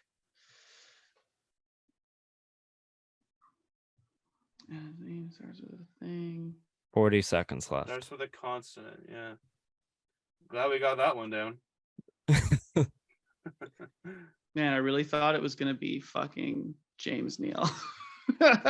30 seconds. I don't know. I don't know. I don't have any other questions to ask you. I wish I could know what year he retired in. But You guys just want to know? yeah, Yeah. Jason Spezza. he's a center. No, he retired as a Toronto Maple Leaf. No, No, a center. Jason Spezza was a center, wasn't he? Predominantly. I'm pretty sure he played both. That's why I said I was 90% sure that he played both. Like in Dallas, he didn't play center for a I lot thought of he times. was a center. He played with like That's why I didn't guess It- Jason Spezza. It literally says I said Jason Spezza position. It says center. When you look Oh, him yeah. up on Hockey DB, he's a fucking center. I didn't see that part. That's my bad. Oh, you Hey, absolute But that's also scumbag. fucking on you because I never said that he was a definite winger, you dickhead. I said, "Is he a center?" And you're like, And I was like, no. I'm 90% sure he's not. Yeah, which made me think, okay, don't pick an obvious center, Corey. Try and think of a winger such as James Neal. Played 19 years and Yeah. he retired this year. Yeah, he tuckered out with the fucking Leafs at the end. Yeah. He was actually pretty good in his last year with the Leafs. Oh, For like a depth man. like guy, you're like, we play you in special situations. Go get him, Jason. Spezza played lots of stints on the wing too, so you guys should have known that too. Oh, and Yeah, he did- played it, but he's a center. He's a center. Yeah, but I like on Dallas too, though. Like he was winger a lot with like Sagan and Ben. So Yeah, like with Sagan. he Yeah, played 'cause it was, he played you know, everything. Sure, he did. Like, is JT Miller a winger or center? He's probably listed as a he's- center, but I he mean, plays he's winger. A shit center, and he is a good winger. Yeah, he's probably listed as a center, but he plays wing. Like a lot of players are. Pedersen's I a think if center, but you- he I plays think if- more wing than center. I think if you asked 100 people and they said, was Jason Spezza a center or a winger? They'd be like, oh, Or was he Like- like fluid? They'd be like, he's a center. JT Miller plays on the wing. He's listed as a center. So kiss my Are you ass. trying to just say one player? What do you mean? You're trying to cherry pick JT Miller at me right now? Yeah, I'm not saying it doesn't happen. I'm saying Jason Spezza is a center.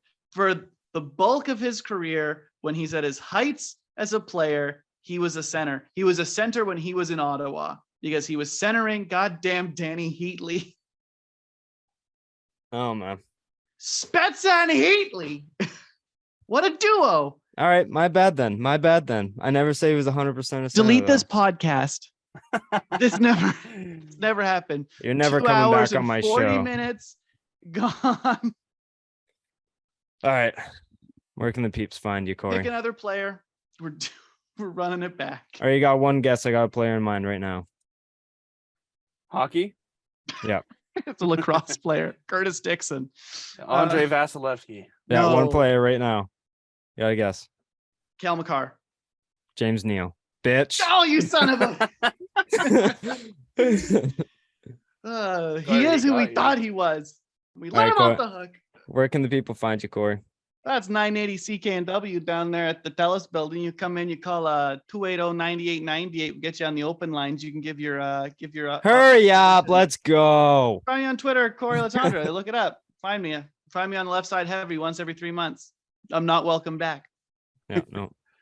On Instagram and Twitter at Hayden_Barton and TikTok at HBAR13. Find me at Jevin.Lefave on Instagram, at Jevin.Lefave on Twitter. Find everything for the show on Instagram, Twitter, and TikTok at LeftsideHeavy_, and subscribe to the YouTube at Left Side Heavy. Fucking rights. Corey, thanks for coming on, buddy. It was a hell of a time. And I'm sure we'll see you in like a couple weeks or something. You guys are never going to hear from me again, I think. Thank God. I was just trying to be nice. Oh. But that is all. We will see you next week. Peace.